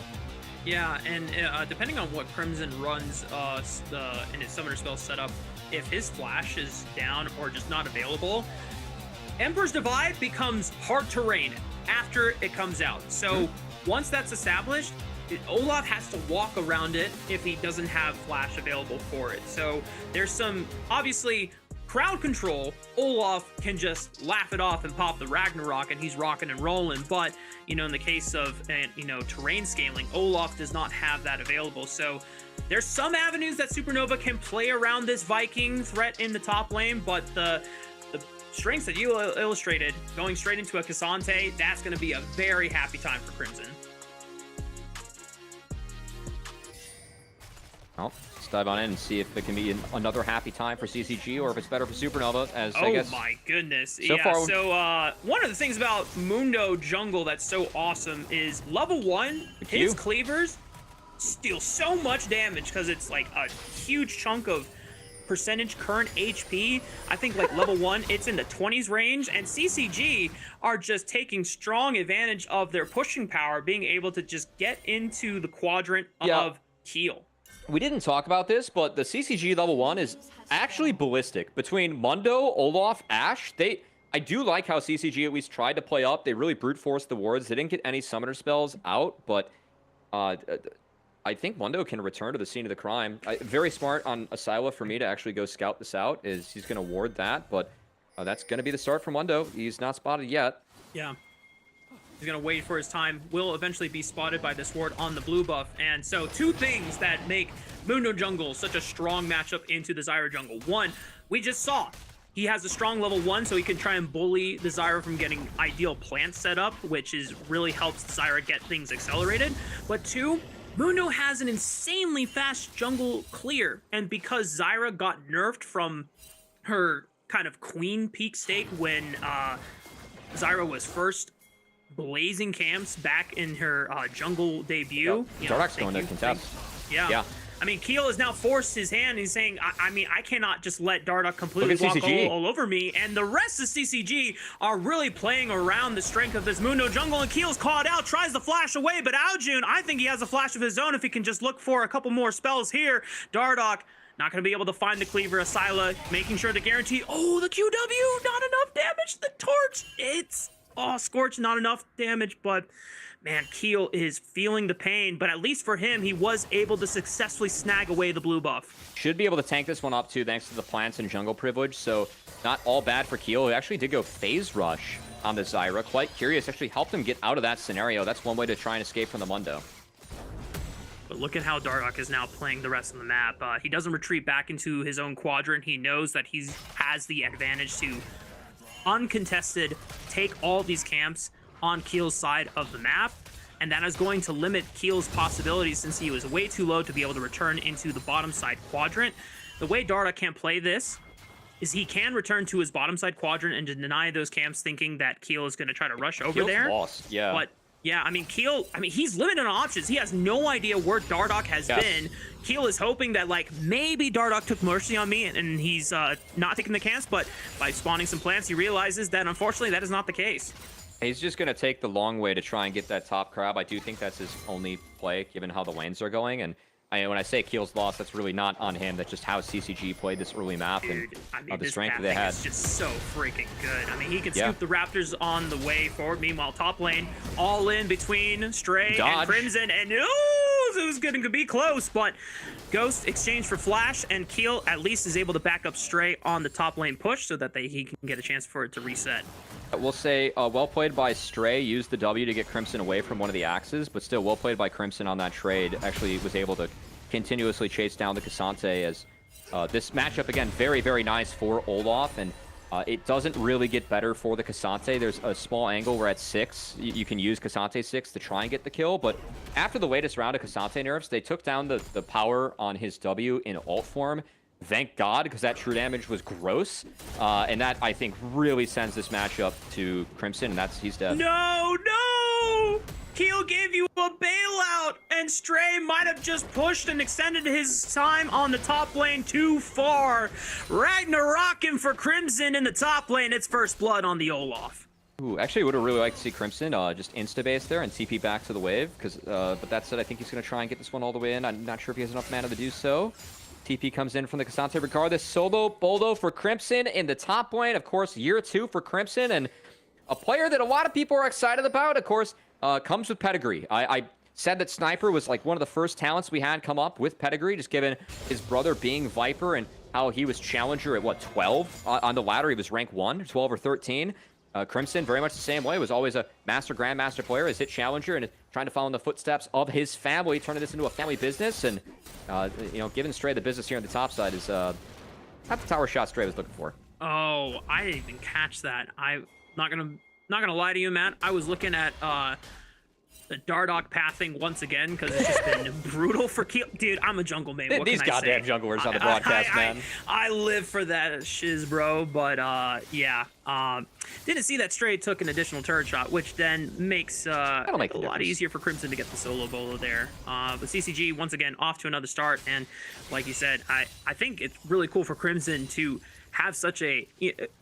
In game 1, a little bit more of a quiet performance. Definitely did his job and was strong in his own right, but obviously our attention was more so focused on Aljun's Talia and Breezy's Rel. But yeah, already we were I was definitely a little suspicious about the Olaf pick, but if he gets this kind of start, I mean, I think Supernova are in a world of trouble. Grubs being hit by Dardoch on spawn.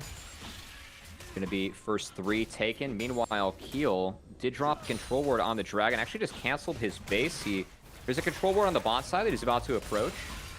But yeah, with just how the matchup's gone, yeah, once he sees Grubs are done, he's gonna try and approach this one. We'll find it. Again, how this game has panned out in these matchups. Been tough for Keel, because the second spawn of camps, I mean, Mundo has just been, he pretty much like 3.5 quadrant in the first spawn, and now the second spawn. I mean, Keel's looking, but Mundo's chasing. Aojin too. Breezy grand entrance right on top of Keel, getting the initial CC down, and Keel, he's gonna die for the Grub. Did Dardoch smite it away? Oh my god, just rubbing salt in the wound. Rhino tries to punt back Aojun, but he flashes back to safety. Breeze finds a flash grand entrance on top of Shogo, and Matt, it might be too early to call, but I'm ready to call it done and dusted. CCG are just winning the morale game at this point. He steals my phrase and does the thing that he bullies me for on broadcast by calling games too early. Who is this new Rafa at NACL? And also, who is this new CCG in the league, man? These guys are dominating today. Love the conviction that we're seeing from Dardoch. Again, this is his counter pick. We have not seen Zyra that through yet. We know that Keel plays a good Zyra. Says, no, let it through. They're going to B1 it. I'll take the Mundo. We're going to take the craziest level 1 you've ever seen in your life with Olaf, Mundo, Ashe, and it's going to be fine. That's exactly what CCG's been doing. First 2 neutrals go over to them. Feet secured. And yeah, he did indeed flash smite that one away. That's some mental damage being done as Keel gets sent back to the gray screen. And Rhino actually does his best to try and play this one out. He didn't auto Aojun. He autoed Breezy. A misclick from Rhino. If he autos the way, I do think they find the kill. Not the case. Shogo falls to the throws of Array. And CCG, this is a big gold lead to have early. And a lot of their lanes look good. I mean, things do not get better in the top lane. We're going to see if Supernova can try to find something here on the top lane, but he just pops the Ragnarok, and Stray is forced to immediately flash away. Now, Keel has an opportunity to get some damage down, but Aojun roams over to the top side, had a move, and is able to assist Crimson. Hang on. Oh, Stray is able to find it, and Aojun might be in a bit of a trouble here. There's low health bars on both Cassante and Zyra, but cooldown's not available for Aojun to punish, and Supernova at least find a bright spot in taking down the Viking. It's well played by Stray. It looked a little bit goofy when he ulted and immediately flashed out. The reason for that, though, you get away from the auto attacks, which keeps the Ragnarok going. So that opened up Keel to find the Strangle Thorns and actually find Crimson. Well played there by Supernova.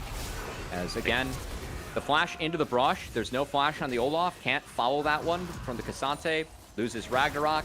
Ends up actually running out of mana here after this axe. I think that if he doesn't throw the second axe, again, he can't pick it up and then can't cast the W. I don't know if his W cooldown was up or not, but that's a big one. Yeah. So a little bit of a misplay on the back half there by Crimson, but do want to give credit to Stray. That flash in the brush was nice. Yeah. And props to Supernova, still trying to keep their heads in the game and making sure that even though we definitely got hyped off of the bottom river play and, you know, prematurely calling, yep, that's it, CCG, they've done so much mental damage, it's irrecoverable. But you know what? Supernova know that League of Legends, anything is possible, but Dardoch is waiting in the shadows. He's got a Heartsteel already at 9.5 minutes into the game, Matt, and I don't know if they're going to look for a dive necessarily. Breezy's not a lot of hide. CC, but Array could lead the charge with an arrow, but it's not going to happen. Rhino hit 6. I think that's the difference maker. Breezy was trying to hide his ult into the combo, and I think they're still going to play around to stop the bases. This Rhino going to step forward, eat that briefcase. That's you know, that's a part of the game. Riot Games, as Dardoch, you know, the passive makes it so that he doesn't get knocked up. He's going to get stunned. Rhino gonna walk Rhino out. made it out alive. I thought that made... Meanwhile, whoa. What happened? I don't know how Aojun got there, but Keel going to be able to pick themselves up a juicy way. But it costed his ultimate. CCG gonna see if they can at least still maintain numbers advantage and brute force their way onto the second rotation of Grubs. It would give them at least 4 or 5, but Keel gonna contest at least for 1. Dardoch gets the first smite down. And Keel's Keel up on bubble now. should have a confidence to at least be able to smite one away, but a teleport is coming in from Aljun, who has come back off of base. Breezy starts up the chain. Array firing arrows, forcing Keel to flee, and that should give CCG enough time and space to be able to secure this last grub, but unless Keel can step back up, but oh That's my 6. goodness, it's a high 6 grub secured for CCG. Well played by the bottom lane to give Dardoch space. Dardoch just about that business this game. He's throwing the briefcases and quite literally giving the other team the business. As I know the kill didn't come down onto Rhino on the cow. It's a little bit confusing. You know, quick aside, Mark. I feel like they need to make a Rhino Alistar skin. Or the new Malphite, you know, the VGU, kind of looks like a Rhino in the pool party skin. I think what you're Angles? indicating, Matt, is that we need a Marvel collaboration on skins, and then just give Malphite the Rhino skin. Maybe, yeah. I feel like Rhino would like that. Returning to a little bit more sanity, though. Again, Dardoch just continues to run the Rift, and this is something where Dardoch, again, for fans that might be tuning into NACL, who haven't in a while, just because of the break, because Near Airport's here, I got to pause because Keel's dead. What an arrow from... I'm not gonna lie, I'm not sure what was going on with that Stranglethorn cast, It was a panic but card. yeah, no, that's No grubs for you. Only grubs for Dardoch. Continues Yeah. to hand out briefcases and the business and do business himself. Jeez. But I mean, for Dardoch, like these are looks that we were used to seeing from him. He's been dominant in Tier 3, even playing support and jungle on a couple of different teams. He's been switching around a little bit, but again, this guy, he won a Seed All Championship. He still plays at a really, really high level, and has been nice to see him really step up and make plays here. As we're going to get a replay. Of course, Eojun did fall. Nice wraparound from Keel, was definitely in fog and caught Eojun off guard. So good setup from Supernova, but then the back half, the continuation of the play. The poke from Array. Again, the Ashe really going to help make this comp work. Having those slows, every auto to help enable the Olaf and the Mundo, I think is a very big deal. And really the strong point of Ashe sometimes, just the fact that she can really enable other picks in a draft because she's always dishing out the slows and still does some decent damage. Yeah.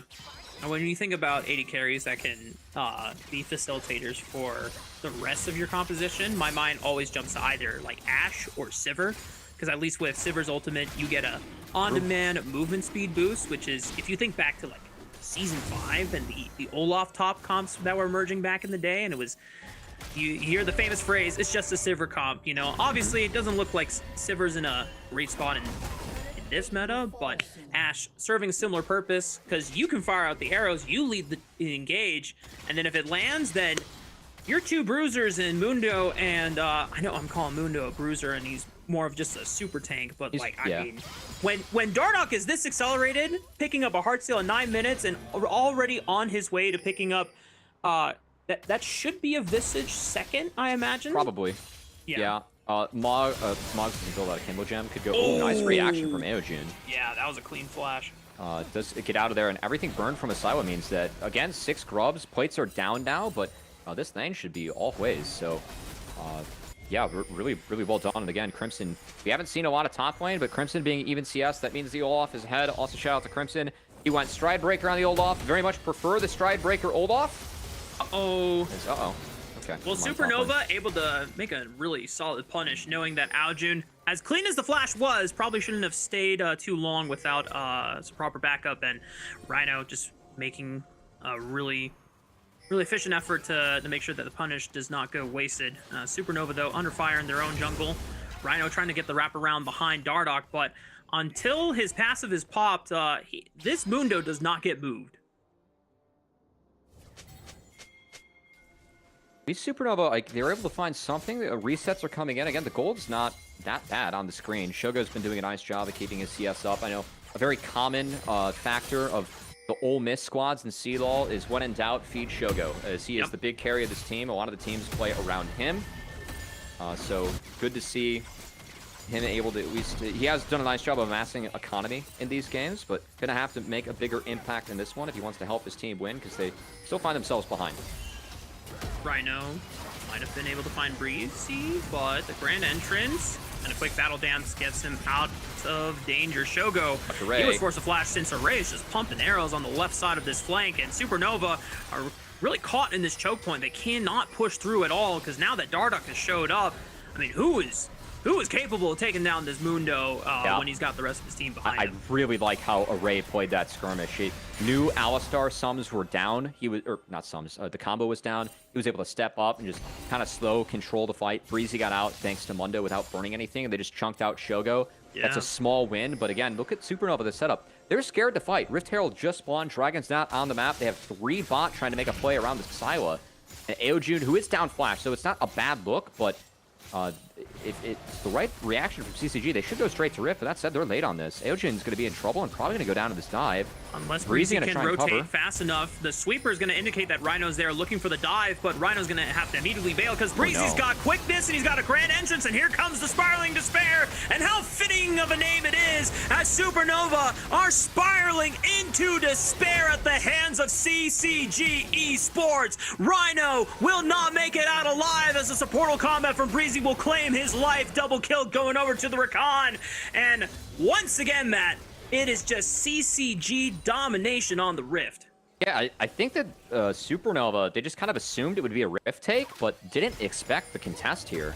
And once Breezy shows this play is tough, and Aojun did a nice job of not only clearing the wave, but that combo from Wei did so much damage that there is no chance Supernova gets anything off of this play. And another situation where Supernova, like, I think this is the right play, not contesting the Rift, but they don't make an adaptation once CCG comes. Like, Breezy started, Rhino does not call off the play. They still commit into the play, and there's just no way you can make that play. So lack of discipline a couple times from Supernova in their debut. Getting punished by CCG, that looks like they've been a team playing for a while as they look good. Yeah, I'm very impressed with how impressed, CCG yeah. have debuted on their first day. Obviously, this isn't, like you said, this isn't CCG as an organization their first time in the NACL, but this roster, pretty much spanking new. The only returning member is Crimson in the top lane, who's had, you know, a pretty nice return to NACL on his first day back in the league, but everyone else is just playing in such nice form as CCG trying to posture around this Rift Herald, 5,000 HP as they bully the rest of Supernova away from the objective. Heal cannot step up safely, and this Rift Herald is secured for CCG. They're going to try to play for the mid lane turret, get some chip damage down, but going to have to be respectful about CCG's ability to engage as the arrow goes wide. Nice dodge by Shogo, being able to skate over the wall, but it does cede the pressure away from the mid lane tower. Visage, of course, knocked up by Dardoch, so that ult is going to have some extra gas behind it between that and level 11. But Supernova doing a really nice job playing with the Zyra here, leaning on the plants and controlling the space that they own on the map. And CCG is going to try and retake and contest what is an Ocean Soul. Trying to engage on the Dardoch, knowing that his passive is gone. Force the flash away. The Ignite is ticking, so he's going to have to maintain his ulti for now. Aojun could be in trouble. Here comes the teleport, and oh boy, another knockup, but it's just not enough because Supernova's damage dealers just cannot get in through the front line. And CCG being able to rally behind the troops. Dardoch being able to pump a lot of HP back into his health bar thanks to that ultimate, and now they're in position to take this dragon for free. I mean, Breezy, again, he found Shogo at the start of the fight. He has a lot of the economy of Supernova on his shoulders. When he falls, the fights just don't work. And, man, what a day for Breezy. Again, if you're watching this, you were like have been a fan of maybe Near Airport or Double Lift. Double Lift's actually hyped up and duoed with Breezy a lot. Breezy's always had a really high solo queue rank, but, again, he's never been the support that we really talk about in NACL. Breezy's been nothing but fantastic today. The Rel Rakan, we know that he's good in these champs, but we're looking for Breezy to be the top support, not just a top support. He's been great today. His angle finds Shogo, wraps up the fight thanks to the nice work that Aojun did. And then again, Array is just unthreatened throughout all these fights. Way too easy for CCG as Array just dishing out the slows, enabling the rest of the CCG comp. And this match, one that we expected to be really, really competitive, CCG is doing their best to make it look not competitive. Yeah, they are trying to make this look like it was a David Goliath matchup. Like, this should have been CCG as one of the top dogs in the league. And if they're playing like this against Supernova, then I'm really excited to see how well they can match up against some of our top contenders like Luminosity, Dark Zero, and Near Airport, which will be a matchup we'll really get to look forward to soon. I mean, again, I'm excited. Like, Array's someone that at one point, like, I thought could have played in LCS. He passed up on an NACL slot to be a sub for GG.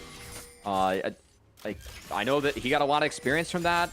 Dardoch, someone that we've always kind of been playing at a high level. Again, Breezy, a support that has always been good in NACL, but has been outshined by the likes of you know, the Busios, the Awas, the Chimes, the Diamonds. Like to have, again, I think this split is a great opportunity for Breezy to really shake the narrative on that and show that him and Array could be a good bot lane. And coming into this match, I think most of us were hyping up Shogo and Rhino. Not the case. They've been getting outshined by Array and Breezy as Breezy goes in again.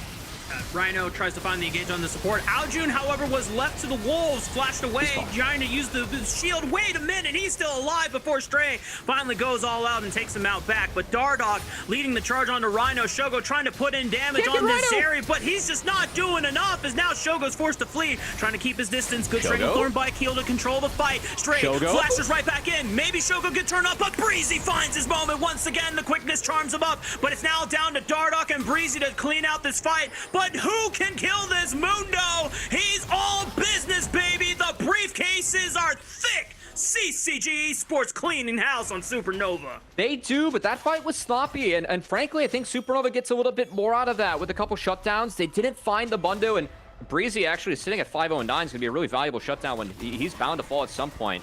But the flash from Aojun, he was stuck. He still did a lot of damage, but this setup, with Supernova able to pincer, they were able to lean on a lot of the range of the Azir and the Zyra to get enough chip damage down, and they retreated back into it, which really helped open up Shogo. I think Crimson going immediately onto Asylum was a bit of an oops. I think if he goes onto Shogo, maybe he's able to force him out, because what ends up happening is that he has no Ragnarok. Supernova just continue to skate back with Shogo having the ult still going, pumping out the damage. That's a nice late ult from Keel, which actually opened up an angle for Supernova to have a reasonable fight and get some shutdown gold in their shoulders. Yeah, and you can see that when Supernova are able to rally CCG into a choke point and keep the threats away from Shogo, then eventually you might have the damage to be able to pepper them down, but it's just so tough. I mean, this front line in the Mundo is so accelerated that it is just taking a lot longer for something like Zera to be able to take him down. The arrow does find Shogo, and good night, Shogo. Crimson is gonna fly on in with the Ragnarok. Stridebreaker slows him down as the rest of the combos from Aljun's Quay is going to find even more damage on the Supernova. And they're trying to hold their ground at the moment, but CCG Esports take their win in taking out the marksman of Supernova, and they should just return to, it's not even the Baron, it's still 23 minutes, Bat. They gotta do Otacon first. Yeah, with how bloody this game's been, you gotta imagine the Roses are up, and the Roses give a nice amount of XP, especially if you're behind. In this case, of course, CCG not behind, they're ahead, being able to deny that, get that one for themselves, gonna be really nice against Supernova, as CCG just continues to impress. And again, I really like the draft that they had. I think that it was a bit of an oopsie for Supernova to take that magic damage midlaner. You're playing into the strengths of Mundo by enabling him to go for the earlier Visage, but also just the fact that the value that Ashe is getting this game, like being picked this early, there's not really a lot of range on the Supernova comp. You do have some mobile carries, but Ashe just slowing people down, I feel like has really enabled the Mundo and the Olaf to actually make plays, get involved in these fights. As we take another look, beautiful arrow by Array. I mean, finds target number one. Rhino has to throw himself in there just to buy time, but doesn't matter because you can't stop the Ragnarok, and Ragnarok came for Shogo. Yeah. I'm trying to think of who was the villain in Thor Ragnarok. I can't remember the name. Technically the Ragnarok guy was. I mean, he brought Ragnarok. Yeah. Ragnarok is more like Doomsday, but and he was originally a villain, and then they used that to their advantage. Oh, I don't know Marvel lore like that. I wasn't familiar with your game, but CCG, we're definitely familiar with their game right now, as they have proved to be such a fantastic squad on the first day of NACL for themselves.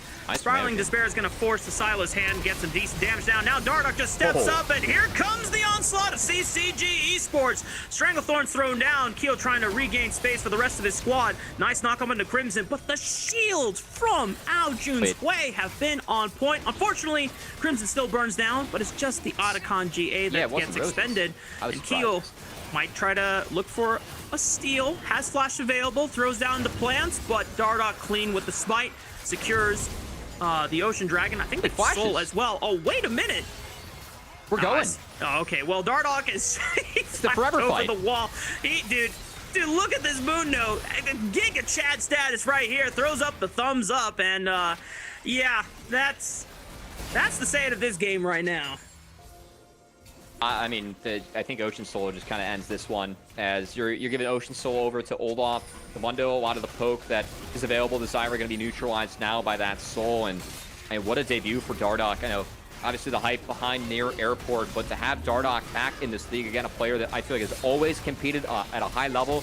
I had the privilege of sitting in with some of those UST teams with Shogo and seeing Dardoch Alorum work with that team kind of as the vets. I feel like Dardoch's grown a lot into that kind of role with this team. And to see him not only have that, but also be performing at the level he is in this game. Like, he has just been nothing but fantastic in this series. As if it wasn't for Breezy, leading the kill count on support, we might actually have him as the MVP. But, that's actually points away from Breezy. Points to Aojun, though. That fear on Asylum was beautiful to try and disengage. And then the arrow from Array got the flash off Asylum. He flashed into it, sadly. So that made for a free kill. And then we weren't really expecting the forever fight to happen here, Rafa. But Dardoch knew better than us on this Mundo pick and was able to continue it. Yeah. We can go back to live. Even though the gold lead doesn't feel that big, 5,000 is a decent gap. But the way that CCG have been playing these fights out, it almost feels like more than a 10,000 gold advantage. It just feels so stark of a contrast in power between how both of these compositions have played out, and CCG have just done an impressive job from start to finish in draft and being able to identify win conditions and just how proficiently they have played the map against Supernova, who, we still have decent expectations for a few players on this roster, but unfortunately today is not having the best start.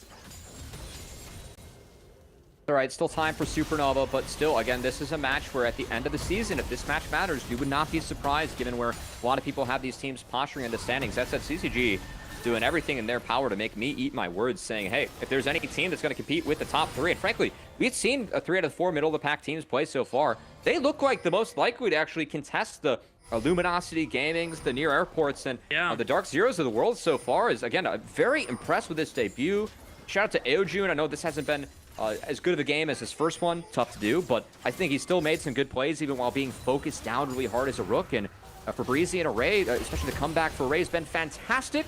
As that Enchanted Crystal Arrow does draw out 2 dashes for a field goal. And the push continues with Mundo mid. I mean, who can answer Crimson and Dardoch at this point? Dardoch is able to just clean up the inhibitor tower with ease. Supernova just doing what they can to stall out the siege as long as possible while the Baron buff is still on the side of CCG for the next 35 seconds. But here comes the onslaught, and down goes the bottom inhibitor tower. Inhibitor is exposed next, and all forces are focused on just destroying the remnants of the Supernova base. As they make the rotation over to the mid lane, you can see Stry getting chunked out. Breezy popped the quickness.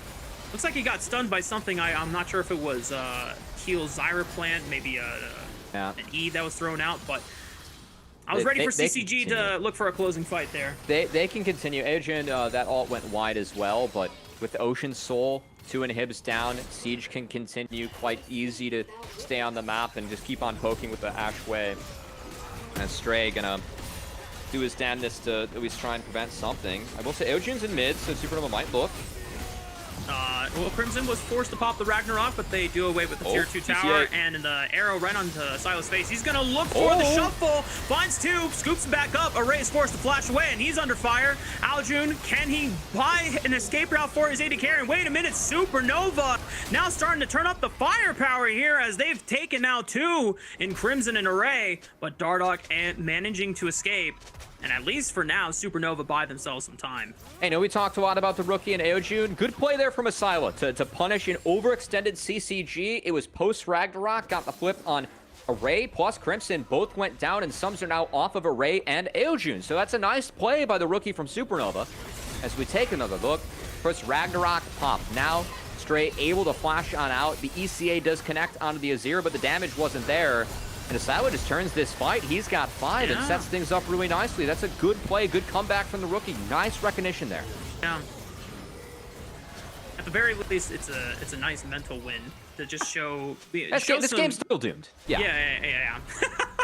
But I will say, just being able to still proactively, you know, That was illegal. look He for punished. plays. Yeah, and just making sure that you can at least find punishes, because, you know, if you're able to find those moments and somehow leverage that way back into the game in future matches where things are a lot closer, those are things to build on in terms of foundation. Now, CCG still in a very commanding position, obviously, in this second game of the series, and are one solid fight away from being able to close it out, but Supernova just still showing grit and making sure that they're not getting completely rolled over, which I can appreciate. I mean, this is a gritty team. Again, the experience that they have from CLOL as Well, for setting up the Elder, it's fine.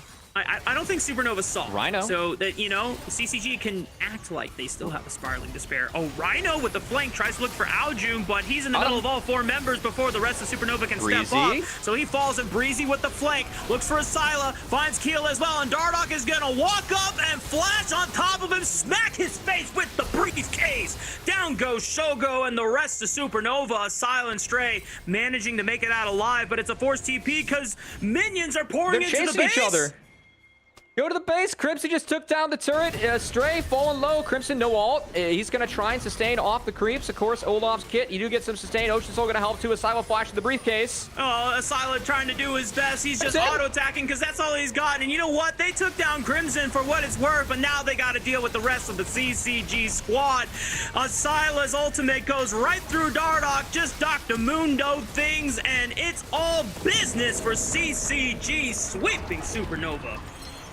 Definitely not what we were expecting heading into the day, Rafa. We thought if any series was going to go to 3 week 1, this was probably the highest odds. But CCG, they had some other thoughts. And again, praise to all 5 of the members that were competing on that team. I feel like as a team, everyone had some flashes of individual moments and then playing well together as a team. Like their direction, I thought the comp was creative. We don't usually see Mundo Jungle, but hey, it worked out really well that time around. I loved how they used the level 1 to get Mundo an advantage, and Dardoch really ran with that in that matchup. That was very impressive. Yeah, and here's the part that I really love about Fearless and like teams committing to the bit. It's one thing to like have like a pocket pick and just pick it for the sake of like, oh yeah, if I'm ever 1v1 against this particular champion, I should, you know, be able to run the matchup. But CCG didn't just let Dardoch pick the Mundo and just be like, all right, you know, just play it out, see what happens. No, they played to the strengths of it. They drafted other champions that not only were, you know, pretty good for their matchup, the Olaf and the Cassante, but you talked about that the level 1 was so oppressive, and it just made CCG being able to track and prevent Keel from getting a comfortable accelerated start on the Zyra, which is how she gets to be oppressive in the first place. But Dardoch never let that happen. Yeah, I the whole team didn't too. I mean, for me personally, I think the series MVP probably has to go to Breezy, even though all the kills he had at the end probably knocked some points off of him. But you know, it's okay. Some of them were definitely secures. They weren't all steals. But just for that team to make a debut, and again, this is a team like we're looking at. It's like, hey, experienced jungle, bot lane, some newer solo laners, a little bit greener. That's a good combo. Like usually towards the end, a lot of teams were rocking, you know, 3 rooks or 3 vets with 2 of the other, right? This kind of the balance the teams were striking to have development and have the players help them out. Yeah. And like for, again, Dardoch, Breezy, Array, like these guys have hit high highs. Like I think at one point in everyone's career, I mean, obviously Dardoch was viewed as a very good jungler and still is. I had Array as someone that like could, you know, make it into LCS. I had Breezy as someone that was overshadowed by some of the other sports that did make it to LCS, but was always very, very competitive. And I think it's such an opportunity for him this year to really make his mark as someone that has been just solid for a long time. And then for Crimson and Aojun, who I thought Aojun, again, as a rook, had a really, really nice first series, and Crimson continues to be solid and impressed after his rookie split. Now going into the sophomore year, no sophomore slump yet. I cannot say enough good things about CCG, and on the side of Supernova, a couple things where they can go back to the drawing boards. I think that they really tried to commit to the plays that they wanted to make to a fault. Like they didn't really change up the plans when CCG threw something else at them. Yeah, and I think that part is going to serve Supernova well in later matches when they're able to get the execution down or be able to at least make the first proactive move and not get heavily as contested as they were by CCG, because that kind of grit and determination, it at least is the foundation for a strong team in the making. But this time around, the CCG just as you called it out, not only matched them on a lot of the plays that Supernova did, but they were unwilling to make adaptations on the fly once they were contested in those regards. And again, I think that we saw a couple decent moments from Supernova in that last one. Like, you really need to play around the soldiers and the plants. There were a couple instances where they were like, actually able to set up and do that. I just don't think that the Zeri Alistar bot lane really fits with that. And it ended up being just too short of like range of a composition to actually play into Ashe, like Mundo, Olaf. And it wasn't bursty enough to deal with the Mundo or the Olaf too. I think that's the really big thing.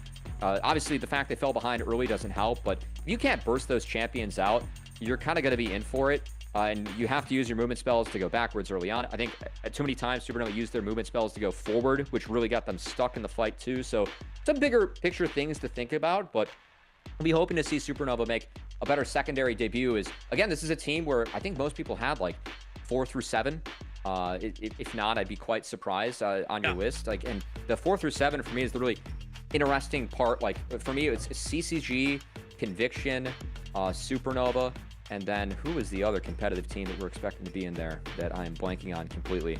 Going through the rosters, we have Blue Otter. Oh, Blue Otter, of course, yeah. Blue Otter's probably top of the table in them too. So I'm excited for CGG Blue Otter, frankly. I mean, if CGG can play like this, I think that at the moment, like those two look like the stronger two out of the pack, which will be interesting.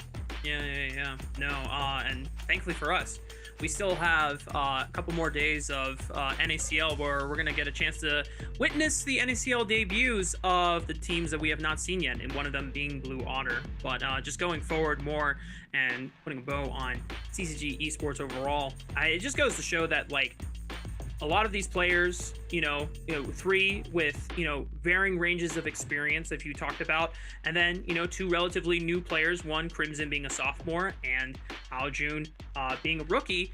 Hey, man, this sounds a lot like a patented or a pretty successful formula that we've seen in some LCS squads in recent years, Matt. I'm just putting it out there, experience paired with, hungry, relatively fresh talent. Even if it's in tier 2, not tier 1, it could be the recipe for a great story in this split. Definitely one that I'm excited to get into, as I know we're wrapping up. Highlights, of course, please stick around. We have an interview with a winning member of CCG. I'm not going to spoil who yet, but excited to get to know this player. Actually, just spoiled who it was, kind of. But, so it's all good. Yeah, we got a couple things to wrap up before we get a chance to sit down with our winning member from CCG Esports for the interview. Got to tally off the MVP. We've already given our kind of strong opinions on who it should be. And might as well spoil it again and give one last victory lap over to support in Breezy, because really, man, what a fantastic series overall. The Rel game, I'm still getting goosebumps about the flank that he pulled off, of being able to wrap all the way around in that blue quadrant, and then of course on the Rakan, just really being patient on his cooldowns and some of those fights, holding on to the quickness. It just goes to show that Breezy just really played a stellar series today. Again, good angles from Breezy, and for me, excited to see him at such a high level. Just because, again, this is a player where for me, I can't say it enough. We've always talked about Breezy being good. We've never talked about Breezy as like, this guy needs to be the next one to get promoted. I think that he has a real opportunity to do that this split against good competition. And to see him against Rhino, a player that I have a lot of respect for, and think he should have been in NACL a lot earlier than he is now. Had a really solid series against him and Supernova, Ole Miss, who, of course, that team, like, they've been playing together for a long time. So to be CCG, I know that some elements have played together a little bit for a while, but to play that well in your debut against a team that has been playing together for months, being a college team going back to the fall, that's a hell of a debut. So props to them and props to Breezy. It was a great match. Yeah, and I know we haven't gotten a chance to show it on screen, but just to make sure that we've all confirmed, Breezy is our series MVP for CCG. Again, another victory lap again. This is the start that you want to have, because as we talked about it before, so many other supports to have to play behind essentially and live up to the standard of You talked about supports that have now gotten a chance to move on up to currently the LTA North, and some of our top teams, Ayla for 100 Thieves, Busio for FlyQuest. I mean, if Breezy can continue playing at this kind of a level, and depending on how the support pool opens up in, future splits for the LTA North, who knows? Maybe Breezy finally gets his shot and gets a chance to be taken upon and, being able to show what he can do in Tier 1. He's been grinding for a long time, has always been good in solo queue, even, drawing the compliments and duos of Double Diff. It's nice to always honor an MVP support. I will say I'm a bit biased towards that because they're slept on, and also a bloodthirsty support because I think he had 6 or 7 kills in that game, which some were secures, more secures than steals. I'll give that to him. You gotta be careful about that. But props to Breezy again. Those kills were gonna run away. A couple were. And sometimes the support gold is at least early redemption. Useful. It matters. Yeah. It's slept on. I will say it's not bad. All right. Well, that concludes our MVP selection, but we still have our interview coming up right away. And who else we should bring on than the new face of the league and the new face of CCG Esports? It's rookie Aljun in the mid lane. Yo, brother. Oh, there he is. Yes. Welcome, nice Aljun, to the desk. Congratulations on your first day of NACL. And it's a bang and sweeping win. What are the emotions like right now? We were definitely pretty hyped and pretty tense during some of the fights at the end there, but I bet. it was pretty easy throughout because it was we got a really good advantages early game, so the late games were not as stressful. Aljun, I gotta ask, where are you at right now? You got a kind of a fun setup behind you. I'm at the PNW lab right now. There's actually a lot of people PNW. here.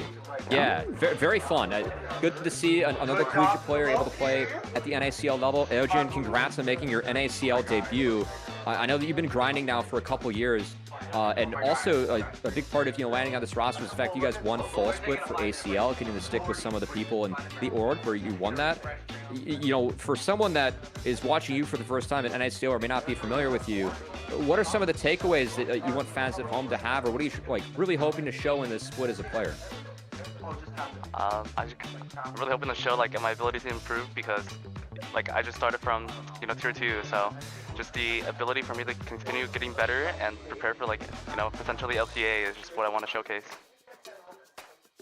I love to hear that. Just to get to know more about you, since you are one of our newer faces in the league and making your debut here in the NACL, what are some of your without spoiling anything, if it does spoil your pocket picks, then you can tell me to F off. That's you have a fun totally match fine. history. I just want the fans to know more about you. What are your specialties? Are you a control mage guy? Are you an assassin player? What's the sauce in Aljun? I really can't I'll play everything, but in solo queue, I'll just play what's fun sometimes, like Lisa in mid, Warwick, just Gwen, just stuff like that, because it's just really fun.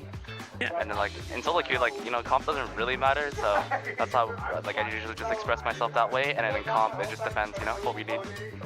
Yeah, Aljun, I think coming into the split, it's kind of fun for me. We have 4 rookie mids. You went up against one of them in Asyla. Obviously, you already talked about improving. What's it like being around players that have experience like Dardoch, like Array, like Breezy, and how have they been able to help you improve already in the early season? Just having having them as veterans on team is really helpful because they give you a sense of direction while also figuring out individual stuff. Just because they can help guide you through macro and stuff. So that's really nice for me. And just having people that can also shot call because you have the experience is also really nice. So. And just my personal last question, Aljun. We got to see, some creative draft muscles flex with Dardoch's Mundo Jungle in this composition. Do you feel like the creativity is coming mostly from Dardoch when it comes to some of those champions, or is the whole team kind of a collective in figuring out some creative counter picks here? The whole team is definitely down when somebody comes up with a creative counter pick, but I don't think like the team comes up with a counter pick for them, you know. But like individually, we all have like our creative counter picks that we come up with. Sure. Yeah, I mean, it was fun to see. I know Rafa's talking about the creative stuff. I love Talia with like all the setup you had. I thought you played fantastic in that game as well. It was great. Always nice to play Talia when like everyone on the team can set up for you as well. But in terms of just, you know, before we let you go and part, I do want to open the floor for you. Like any thank yous or shout outs you have to give after day one, or just like people that have helped you on your journey to make it to an NACL debut. I'll shout out Mesmerism definitely for just developing me as a player, and then also Dardock for supporting me along the way. He's been really good. Been there to support me as as we scrim and like improve, you know. Because like there's definitely it's definitely a journey because there's a lot of like road bumps and stuff, but we work through it, and he's there to support me. So shout out to Dardock, man, dude, that's awesome. I'm glad that you're in such a great environment to learn and be able to grow as a player in your first split in the NACL. Again, congratulations on your 2-0 sweep over Supernova, Aljun, and look forward to seeing you play again, brother. thank you. Fun day. Absolutely fun day. That wraps up our second day of the NACL split. My goodness, that you know, it felt like 5 minutes ago we were just, you know, getting into call and getting ready to cast the Polestar and Dark Zero series, and suddenly it's over. But don't worry, folks, we still got more NACL action coming your way. Starting tomorrow, Winthrop University will take on to the Rift for their first match against Blue Otter, and then later on it's going to be not a rematch, but another chance for some of the teams to show what they've got in Supernova taking on Conviction. Yeah, I'm excited for tomorrow again. Supernova versus Conviction, two teams that we have in the middle of the table that we think are going to be, you know, pretty competitive. That should be a close match. And then Blue Otter Winthrop, I know that I've talked a lot about top three, bottom three. I do have Winthrop in my bottom three, but if any team was going to break out of that, it for sure is Winthrop. We get the debut of Blue Otter, the team that really made waves as a team that had no expectations last split. Yep. Managed to do very well throughout the regular season. They played Dragonsteel, the most competitive out of any team, I'd say. Did bomb out early in playoffs, just given the regular season expectations, but they actually come into this regular season with expectations, and excited to see how they look on the Rift in their debut, as we'll get a first look at them in Winthrop. Yeah, it will be the second years for a lot of these players here. Super excited to see their return to NACL. But here's an updated look at the standings after our second day of action here in the NACL, as Luminosity will be joined by Dark Zero, and then we should get the update for CCG also joining them at the table as well. So all four of them, Conviction as well, being at the top of the table, at least for now. But obviously, we will have, as we get more best of threes rolling throughout the split, we'll see where all the teams are starting to stack up for now. But it just makes me even more excited to see teams like CCG get a chance to take on some of our expected favorites in the tournament. No, I'd say early on, CCG looks sharp. I will say I have high expectations for Blue Otter. I have them in fourth in the team most likely to challenge the top three, I think. I really respect Uncle Phil and what he's cooked up over there with those players. I know that Music and Rovex and that team, they're going to come really ready to play with good strats and good map plays. So really hope we see a lot of the things that made people a fan of Blue Otter last year emerge for this year as we get our first look at them tomorrow, and see if Winthrop can challenge it all, because it's fun having these college teams that are very good compete in this league. Winthrop, a fantastic program with Artemis over there, XEG, some players that I think mobility's really scaled up in the past 6 months too. So excited to see if they can surprise me and some other people's expectation tomorrow. Yeah, I think Tier 2 has definitely evolved a bit ever since we first started casting in amateur back in the day, where, you know, it was only affiliate teams from the LCS, and now, you know, a lot of collegiate teams are coming in, taking the opportunities to play at the highest levels of Tier 2. But for us, that concludes our coverage of today for NACL. Thank you all so much for tuning in and supporting the league, as you always do. If there's any other, you know what, hell, I don't know where I was going with the ending. No. We're peacing out for now. We'll see you next time, y'all.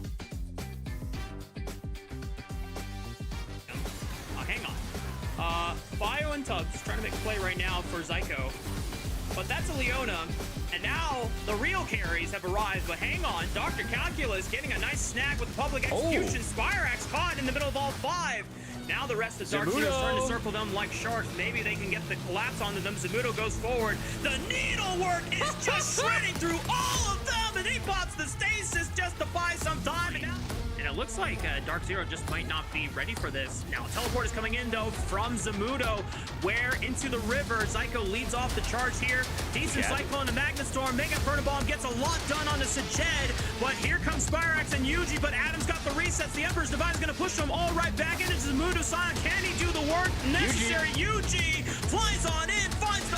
Oh, the Glacier Prison goes a little wide, but it does zone Breezy into lethal range of Shogo, but then Dardoch re-engages, flashing away from the death charge. Just well played by CCG. Can they at least trade one back? The Ignite does take the life. Rhino forced to flash away from danger. Shogo was not really in range to start dealing the damage. They're going to throw out the ultimate onto Dardoch, but he's going to buy some time to Twisted Advance, and Array makes quick work of Rhino in the back, and Shogo is forced to flee, able to snipe out Dardoch, but now he's got nowhere else to go. CCG have complete control of the Rift. Nasila and Stray, maybe they can find a way to rectify the odds here, but they have to deal with Crimson's Renekton. Stray gets stunned up by Breezy with the Q. You're gonna look back to re-engage, and we fought for some... Unless Breezy can rotate fast enough, the sweeper is gonna indicate that Rhino's there looking for the dive, but Rhino's gonna have to immediately bail because Breezy's got quickness and he's got a grand entrance, and here comes the Spiraling Despair, and how fitting of a name it is as Supernova are spiraling into despair at the hands of CCG Esports. Rhino will not make it out alive. Rhino tries to find the engagement on the support. Aljun, however, was left to the wolves, flashed away, trying to use the shield. Wait a minute, he's still alive before Stray finally goes all out and takes him out back. But Dardoch leading the charge onto Rhino. Shogo trying to put in damage on this area, but he's just not doing enough as now Shogo's forced to flee, trying to keep his distance. Good trading Thorn Bike Heal to control the fight. Stray flashes right back in. Maybe Shogo could turn up, but Breezy finds his moment once again. The quickness charms him up, but it's now down to Dardoch and Breezy to clean out this fight. But who can kill this? Mundo